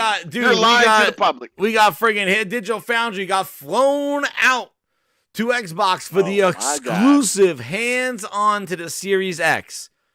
I remember. Where's that tax? It's coming due. They got to play with the magnets. Let me tell you. They got, look at this. They're playing with the magnets. Hands-on exclusive Digital Foundry. And it pains them now to tell them that this is all bullshit. The power narrative is all bull. Yes. They went out there. Yes, they don't want to. Exclusive And now hands-on. they call Pony Foundry because people are mad. It's great. It got magnets. It fits in a little bottle. Look, he's playing with the magnets. He's in the Xbox lunchroom. They gave him some cereal. The guy with the beard came out there and he churned some butter for them. He did all this wonderful stuff. Look at this. Look, where's the cereal board? Where's the guy? Oh, this is the best when they're playing with magnets. Look, they're in the Xbox. Look, hands-on. Hands-on exclusive. This is a 1.1 million views for their channel. Tell me who is paying off who? What tax? If you tell us anything, I would tell you right now, I could name diehard Xbox influencing people who say they're not neutral. They love the brand and spin it every which way like goddamn Booker T spin-a-rooney. It's all fine. It's great. It's great. It's good. It's good. It's good. These numbers are great. These numbers are great. Decibel Geary is one of them. It's fine. He said it was going to be equal this generation with his hands. It was going to be equal. Xbox is coming back. And now there's another thing. It didn't. Look at him. Another thing, right? Look at the perks of loving yourself some Phil Spencer. Frog, one more thing. No, go ahead. Go ahead. Can you, anybody, over 300 people in here, find me a clip of somebody saying Jim Ryan like this? Phil Spencer! Phil Spencer! Phil Spencer,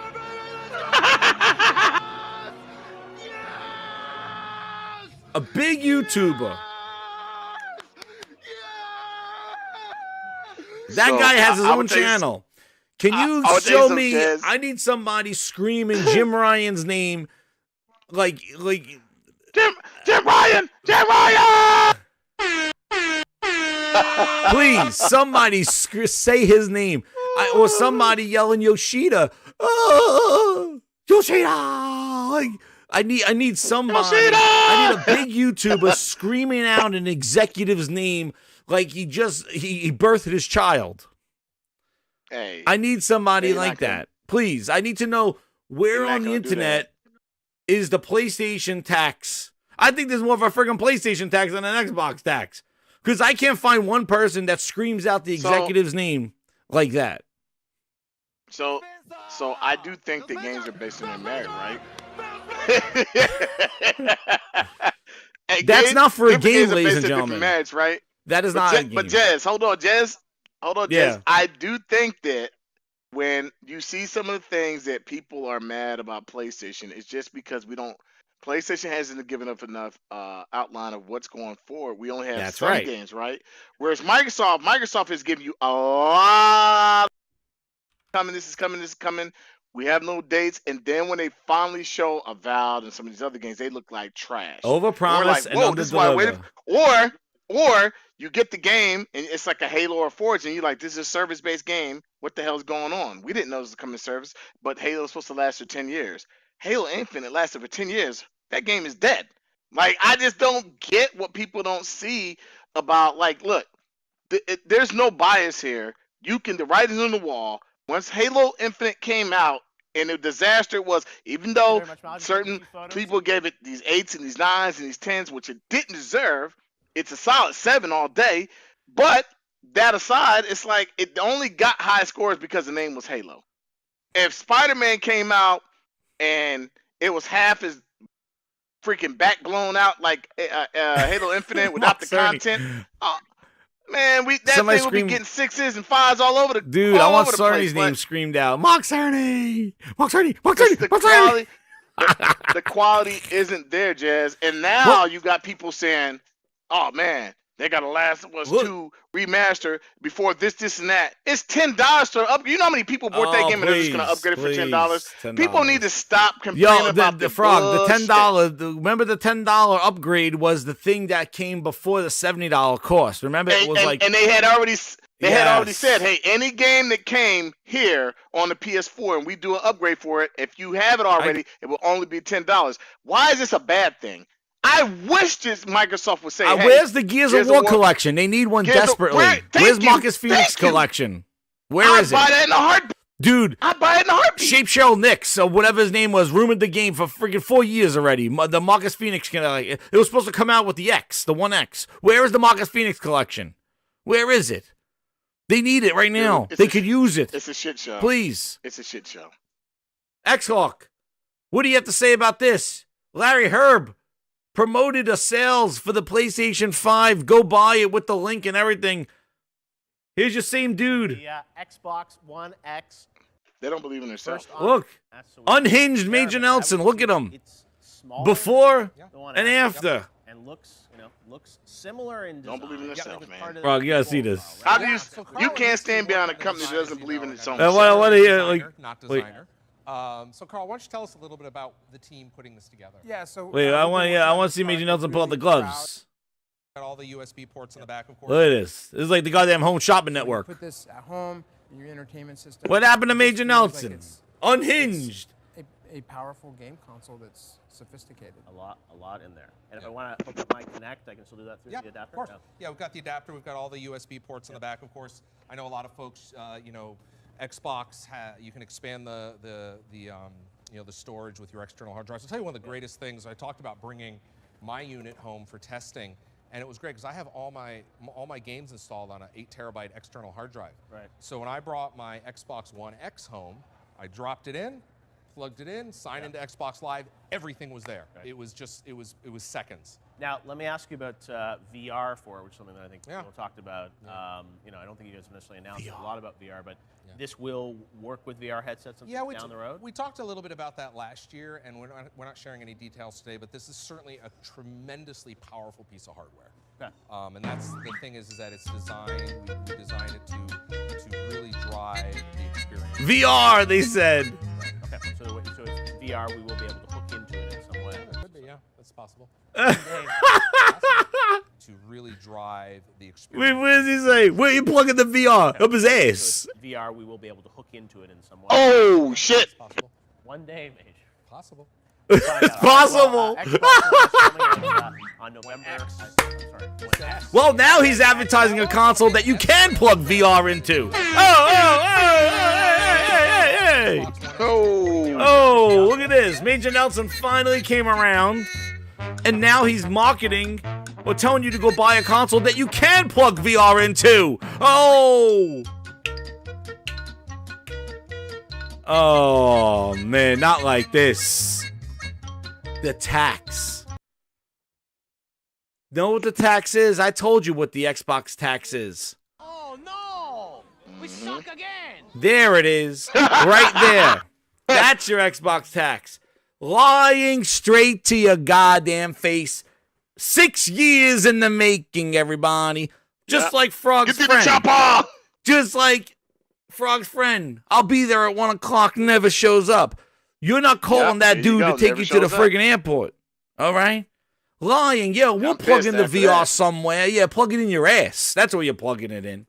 Oh, shit. Yeah, you're plugging it. Yeah, you can plug the VR in. Well, now we can talk about it. And look, they went after Major Nelson, calling him a traitor. X-Hawk, that better not been you. Calling him a traitor. Calling him a traitor. He traded in. He's Major Pony right now. Major Pony.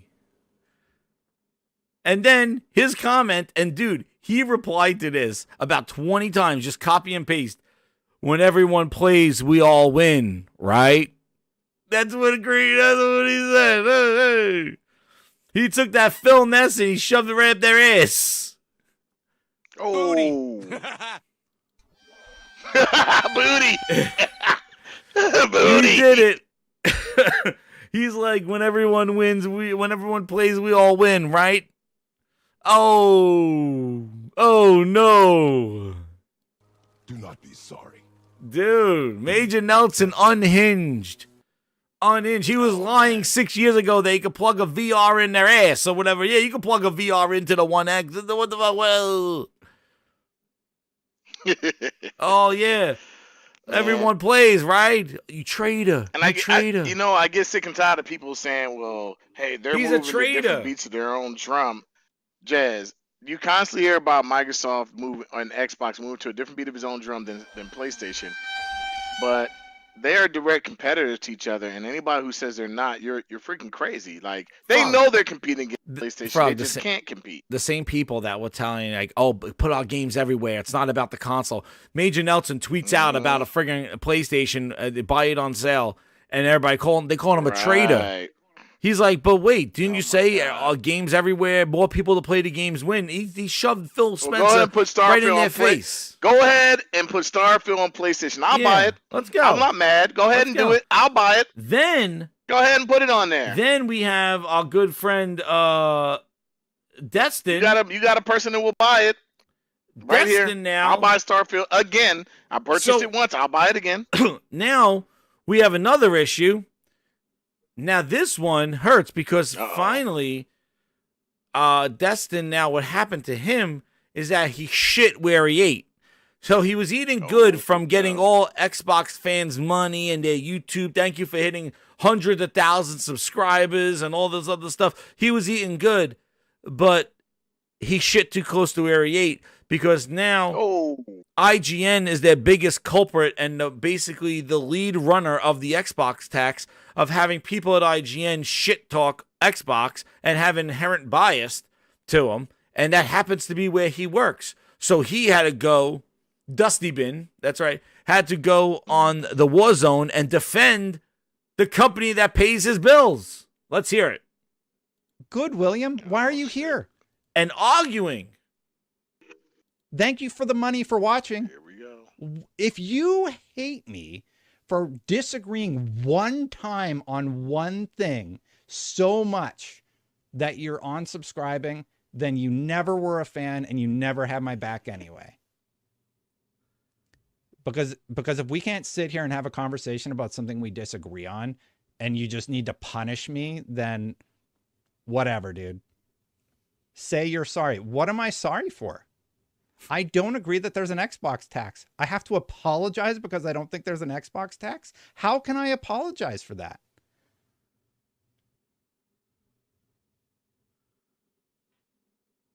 Like I don't know how to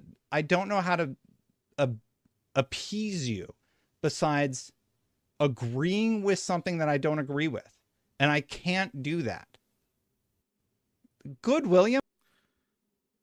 He can't. Because he works for the company that they're accusing of being biased.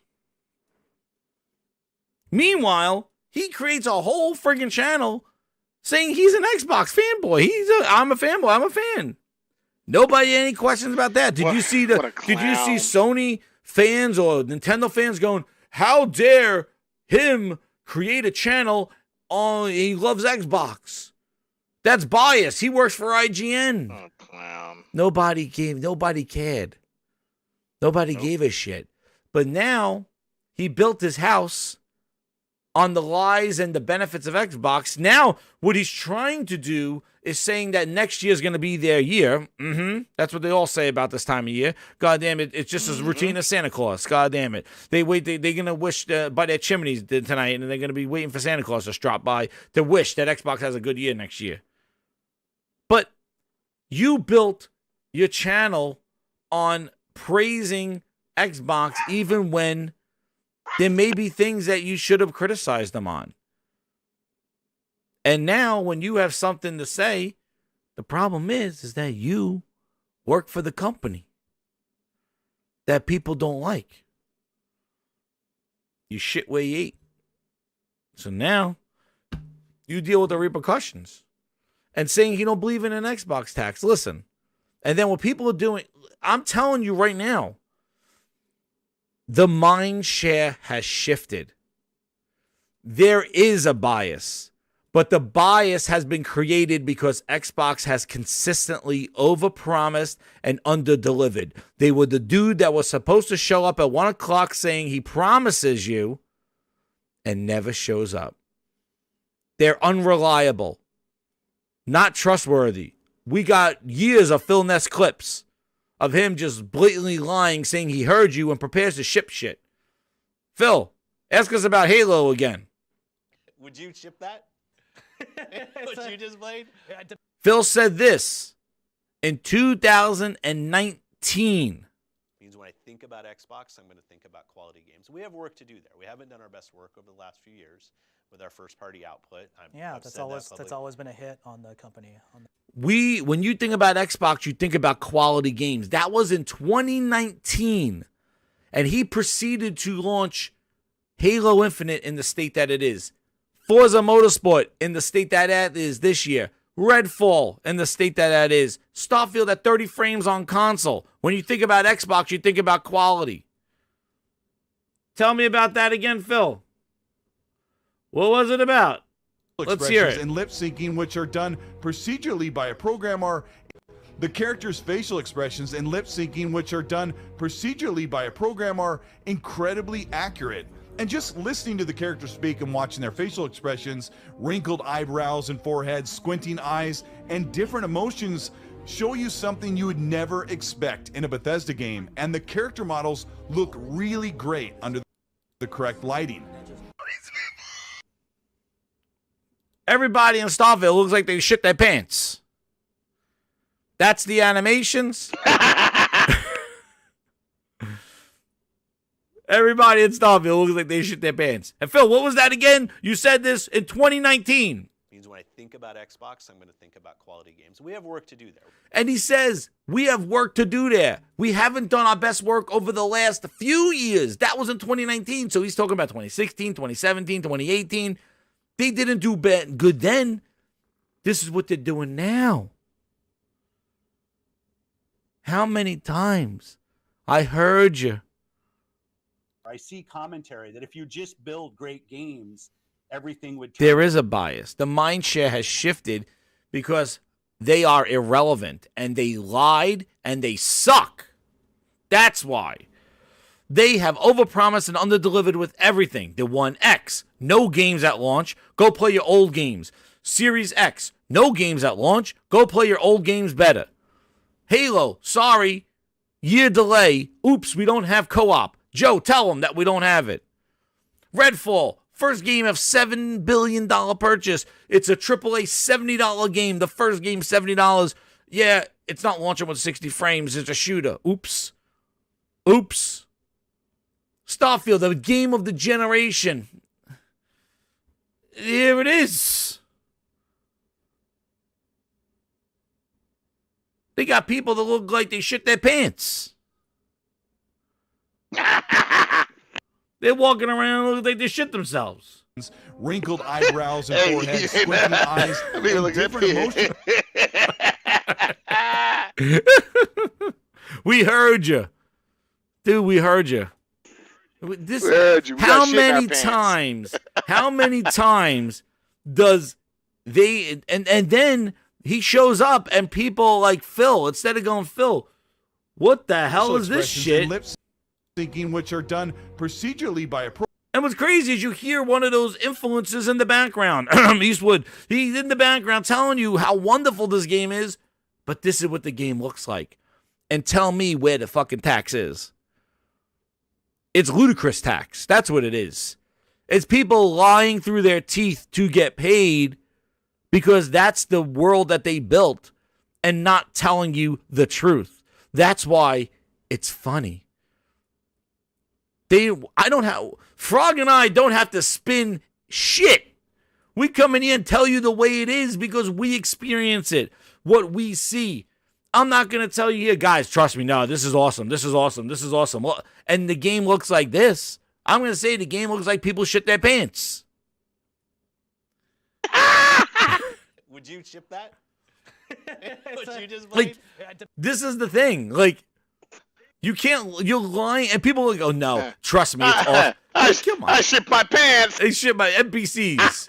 They shit their pants, NPCs. I ship my NPCs. Is what it looks Ship like. my pants. Here, I'm going to give you, look, I'll give you the truth. Without our friend Colt Eastwood in the background lying through his teeth, I'll give you the real thing.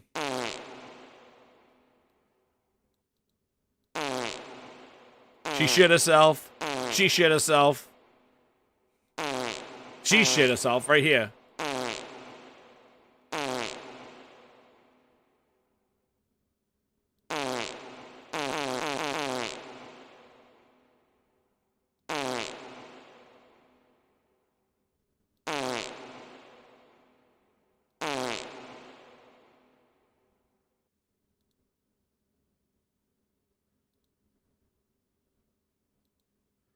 There you go. That's the unedited version. Everybody shit themselves. Like, lies. And that's bias in the media that's talking them down. Like, blatant people that are like, I love Xbox, I will do anything for them. What tax you talking about? They flew out people to play Redfall in March, and they were telling you that it's game of the friggin' year. Game of the year. I played Redfall. Potential game of the year. Yes. It's the truth. It's the truth. Redfall. Game of the year. Where's that game getting snubbed? Here you go. Well, people complaining about a tax here? Redfall is a serious Game of the Year contender. Hands-on preview. Hold on. Okay. Holy Spirit, activate. Oh no. Where's that snub at the Game Awards? Holy Spirit, activate. Activate. Who this? Activate. Who this?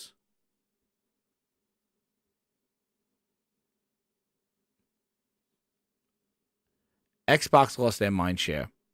They lost their mind. Gaming is not Xbox is not associated with quality. People know this. And this is not a bias that was created by the media. This is what has happened because they consistently overpromise, don't show their games, don't show confidence in their games, and release them not ready.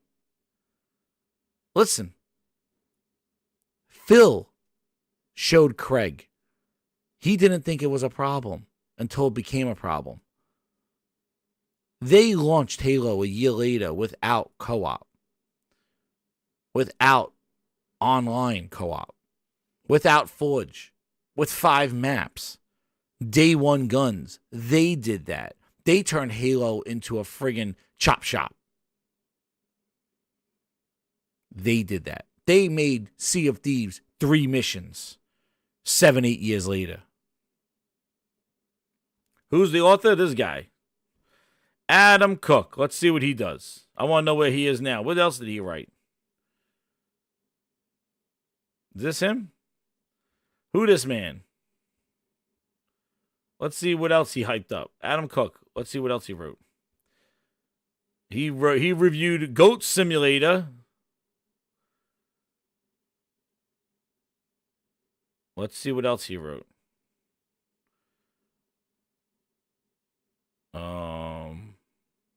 Podcast. I would love to hear this guy's impressions of Redfall. That will be for another day. He does sounds like he does a podcast. I'm gonna try. I'm gonna find this podcast and find out. Deep Rock Galactic. Look at this. He gave they made him play Super Mario RPG for a 9 out of 9.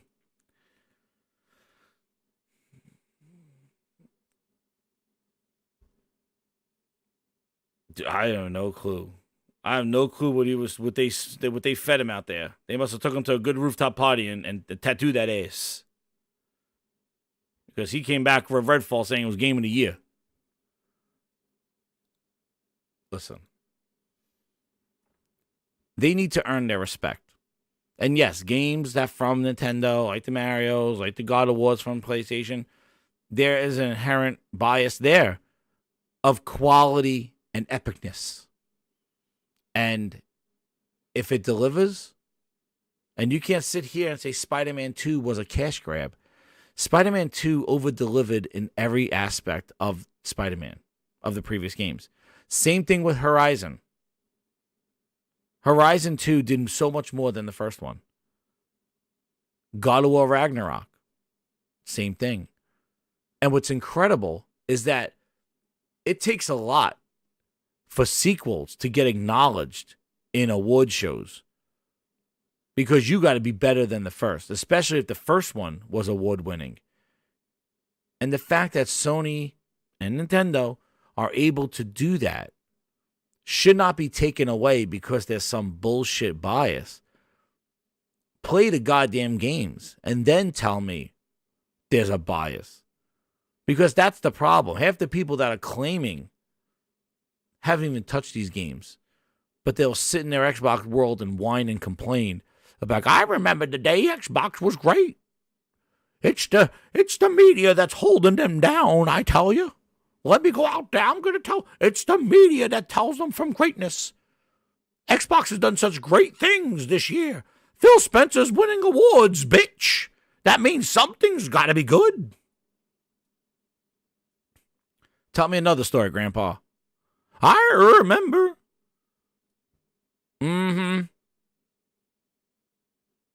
They bought Call of Duty. They did a great thing in buying Activision. That should be celebrated in an awards show. Excuse me. Yeah, they don't give out awards for spending $70 billion. Buying your way to success to patch up some crack-ass booty. No, they don't do that. They don't give awards for doing that shit. And now they got a problem. That's what you should be worried about. Call of Duty has to crawl out of the mud hole that it is in right now and the perception that it's shit.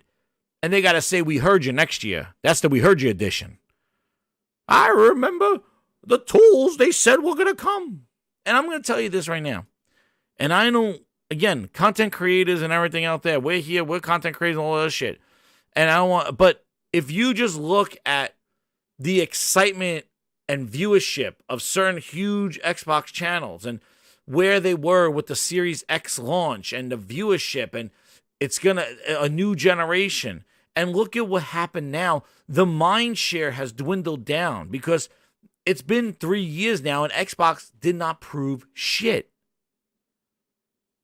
And people are like, this is not the generation for them. Like, again, people thought they were going to turn it around and they didn't.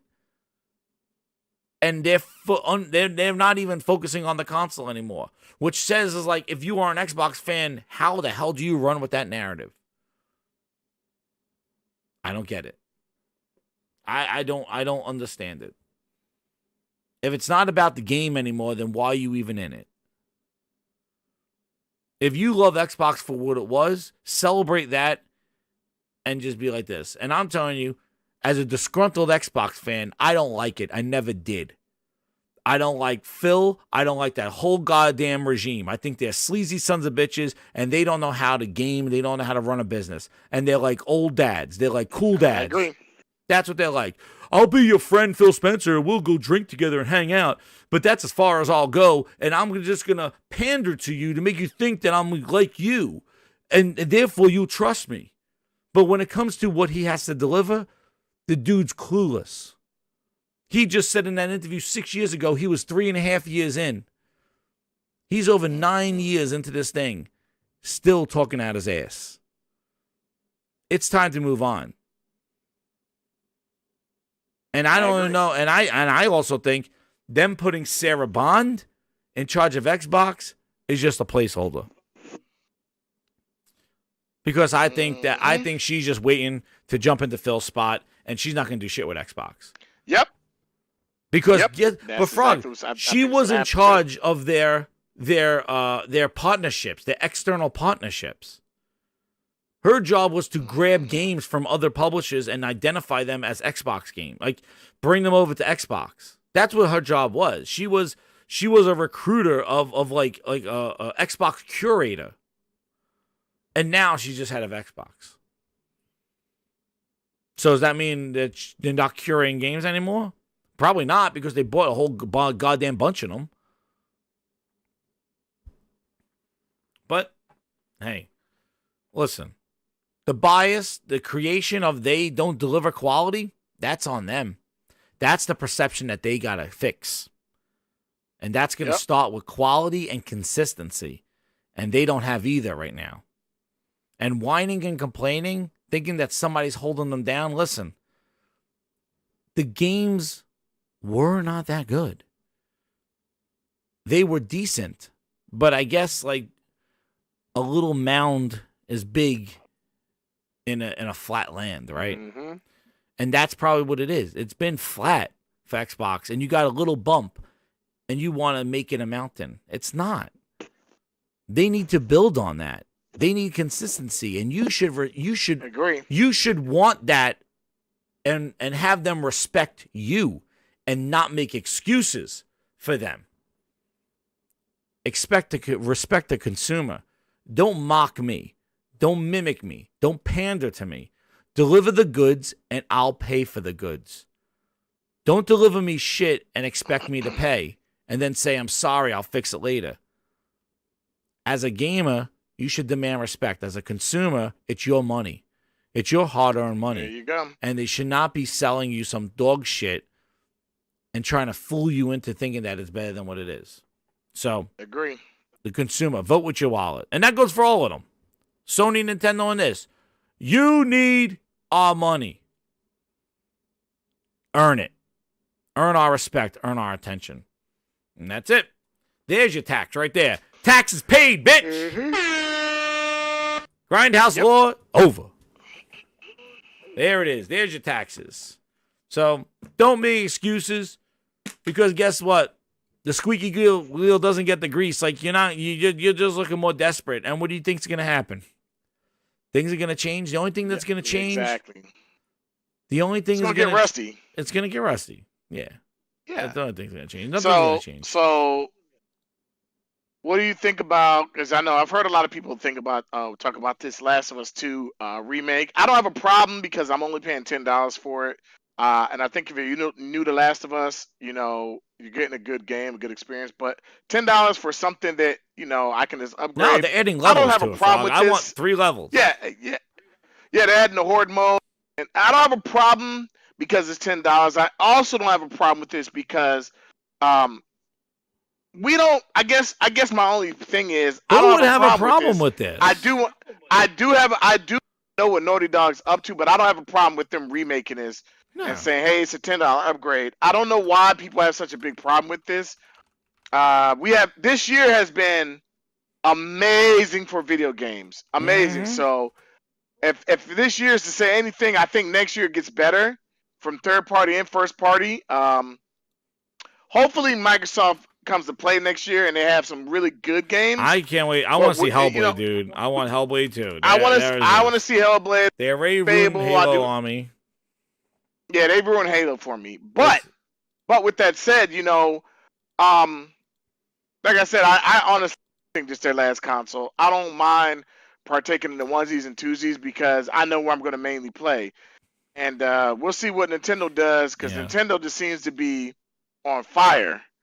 Between them and Sony, they're just going back and forth, trading blows. I know. So that's right. I want Microsoft to have that game, but don't know. We'll see. Well, we'll see. And the thing is like, I'm going to tell you right now, if Sony and Nintendo next year launch, Sony releases its Pro and Nintendo releases its Switch 2, and Xbox does not release anything. What a good year. Yeah, I know. Incredible, right? But if Xbox doesn't have a mid-gen or anything next year and they just try to do a discless X, dude, talk about irrelevancy. It is going to be a bloodbath. So if you I got don't a think question this is a for you, bloodbath, Jazz. Got 2 questions. You're gonna buy another publisher to stay in the news.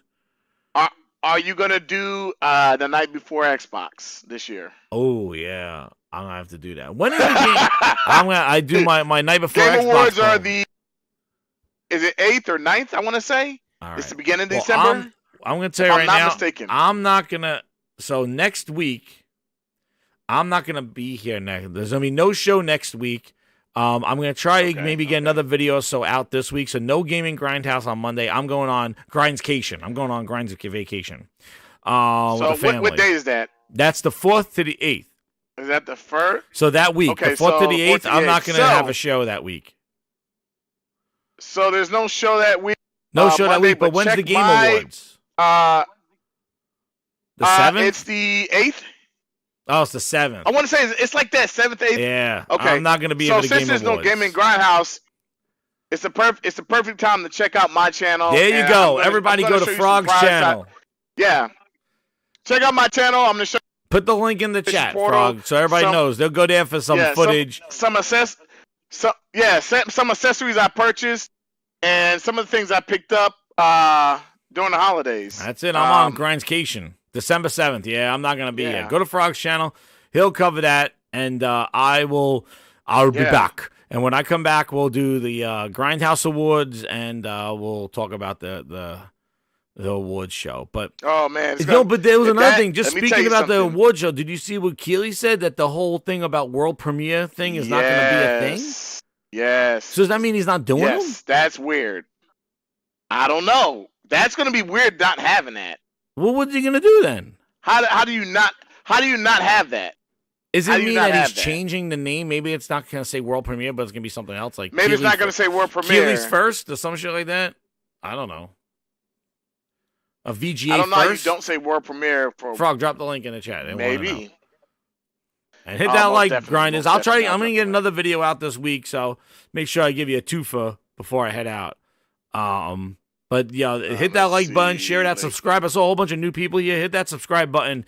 We have fun over here at the Gaming Grindhouse. Clips. I'm going to get some more clip out, and we're going to have an exciting end of the year. We have the Grindhouse Awards, and then we're going to have an awesome year next year. I got a lot of ideas. Excited about what I'm not going to tell you. Oh, damn. There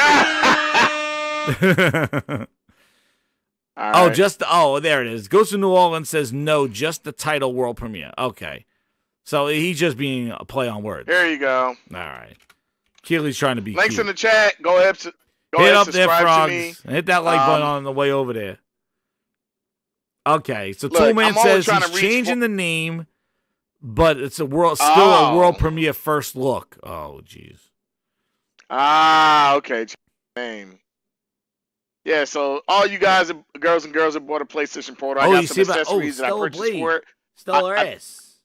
I think I must have. Oh, Stellar Ass. Oh. Yo, Stellar Blade. What was that thing with the Stellar Blade? I missed that. I don't know. All cheeks. Every time I see that game shown, I see ass cheek. So I don't know what did they say about Stellar I think Blade? people are going to play it for her cheeks. I know it was coming to PlayStation exclusive. That's all they're going to. Yeah, they're playing that for their cheeks. So the only reason I'm playing it for cheeks. Oh, damn. What was the news about that thing? Hey, thank you, Big Razzo. Hit that subscribe button. Thank you so much, man. What's the? Yeah, I'll get some subscribers. Here we go. Check out my channel. Here's Frog's review of Stellar Blade. Oh, damn. Frog's review of Stellar Blade. I appreciate it. I'm gonna do a report, a PlayStation Portal kind of conversation, and I'm gonna also show you some accessories I bought for it that I think you must have. Because Sony hasn't put out any stuff. I've been buying third-party stuff, and it works amazing. Amazing. Must-have stuff to keep that thing clean. Oh, the Stellar Blade studio is now second party. Oh, that's what I saw with that thing? Oh, they're second. Oh. So, okay, I saw a conversation about that. second party. Okay, I did. It's a PlayStation IP. Oh, that's a good thing. Herman knows quality. So so they have confidence in it. They have confidence. Oh, Shift Up. That's what I saw. So Shift Up. Wait a second. Sony partner. Thanks for the subscription. Who is it? Side Effect Gaming. Thanks for the subscription. I appreciate it. Awesome, man. The studio is now I second really do party. appreciate it. Oh, she'll Shift Up and PlayStation. I know we're getting ready to get out of here in a little bit. Hey, you guys go check out Porter Rock. He's live right now after us. Oh, damn, Porter Rock after. Let's go. How do you do a raid? I want to go raid Porter Rock. Do that shit. Hey, hold on. I don't know how to do that shit. Yeah, we got to go raid. I'm gonna go. Let's go raid Porter Rock. I'm gonna raid his ass. Yeah, let's definitely go raid Porter Rock. I'm gonna go raid Porter Rock's ass. Oh, he's talking about the bootleg Jez article. Then we gotta go raid him. No! How do we raid him now? I don't know how to do it. No. How do we? Uh-oh. The Grindhounds. They're trying to give out those freaking. They're trying to give out those goddamn things. So here, fun fact: Stellar Blade is made by Shift Up, the same studio that made Goddess of Victory Nikki. Nikki. Oh, he's premiering. He's not live. Okay, so we can't rate him. I want to try that. Chevy D12. I appreciate this. Appreciate the description, man. Really appreciate Go it. sign up to that Frogs. He's gonna do the coverage while I'm out of the office. Man, I got some things to show y'all. I got some good things to show y'all. Some really good we did the dual exclusive. Dual got a new unboxing. monitor. Gonna show you. Yeah, gonna show you this new monitor. What it can do. Oh, you gotta invest in this monitor. Man. This monitor is so good. Okay, thank you. I was gonna go. We can go read them, but definitely. But let's see. We got Don't know how to. So yeah, so don't know how to Stella do it. Blade. So wait. I just want to just get that shift up and PlayStation. With the here it is. I got it here. Oh, here it is. Okay. Thank you for that news article. I saw this, but I didn't bookmark it. Stella Blade developer Shift Up forming publishing agreement with PlayStation. Shift Up, the studio behind the upcoming action adventure, has announced they've entered a publishing agreement with PlayStation, becoming the first Korean-based studio to join PlayStation's second-party banners. They didn't have to buy them. And there's Porter Rock's link, so if anybody wants to go watch Porter Rock. As reported by the Korean news-based Game Chosen, PlayStation now will be fully in charge of distributing Stella Blade worldwide on the PS5 in the new publishing agreement. There it is. However, it seemed rumored the project ran into funding issues, facing possible cancellation. PlayStation assisting the studio, and when Project Eve resurfaced, Stella Blade was revealed the Xbox version had been canceled. And they did that with Tomb Raider. I remember Xbox did that with Tomb Raider. They funded it. Shipped Up has become the first Korean studio to deal with PlayStation second party. Well, they're not first party. They're officially, as an official owned by PlayStation, a second party deal means their title will remain exclusive for unforeseeable future, possibly forever. Well, you identify quality games, you lock them up. There you go. Xbox should do the same. I'm not against exclusives, but Xbox seems to be barking up the different tree. Oh, man. Oh, geez, this game looks... I tell you, this game looks incredible. I can't wait for this game. We need one of these action-freaking games, but it looks crazy. King Theris would be proud about the jiggles. Hey. Story. Yeah, this looks crazy. Yeah, man, it's going to be good. I need some of that combat. Yeah. All right. I'm interested to see what this game is going to do. Interested. Yeah, here's the combat here. Yo. See? This is what I'm talking about. Show your games. Show the gameplay. Phil, gameplay. Let's see gameplay. Get people hyped up because this looks friggin' awesome. There you go. This was like the Bayonetta we needed. Get them hyped. And it looks incredible. Looks incredible. Cool combat. Crazy weapons. Crazy enemies. Cool environments. Yep. Let's do it. There you go. That one's called Project Eve. Awesomeness.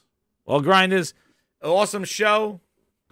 Hit that like button, share it out, subscribe if you're new. We got a whole bunch of new subscribers. Go click on Frog's link and subscribe there. And Frogs will be covering everything while out. No Gaming Grindhouse next Monday, but I'll be trying to get another video or two out this week. Hopefully, I gotta be packing and stuff, but get a video out for everybody here. Either I'll go live or I'll do recorded. But I know everybody likes the live stuff.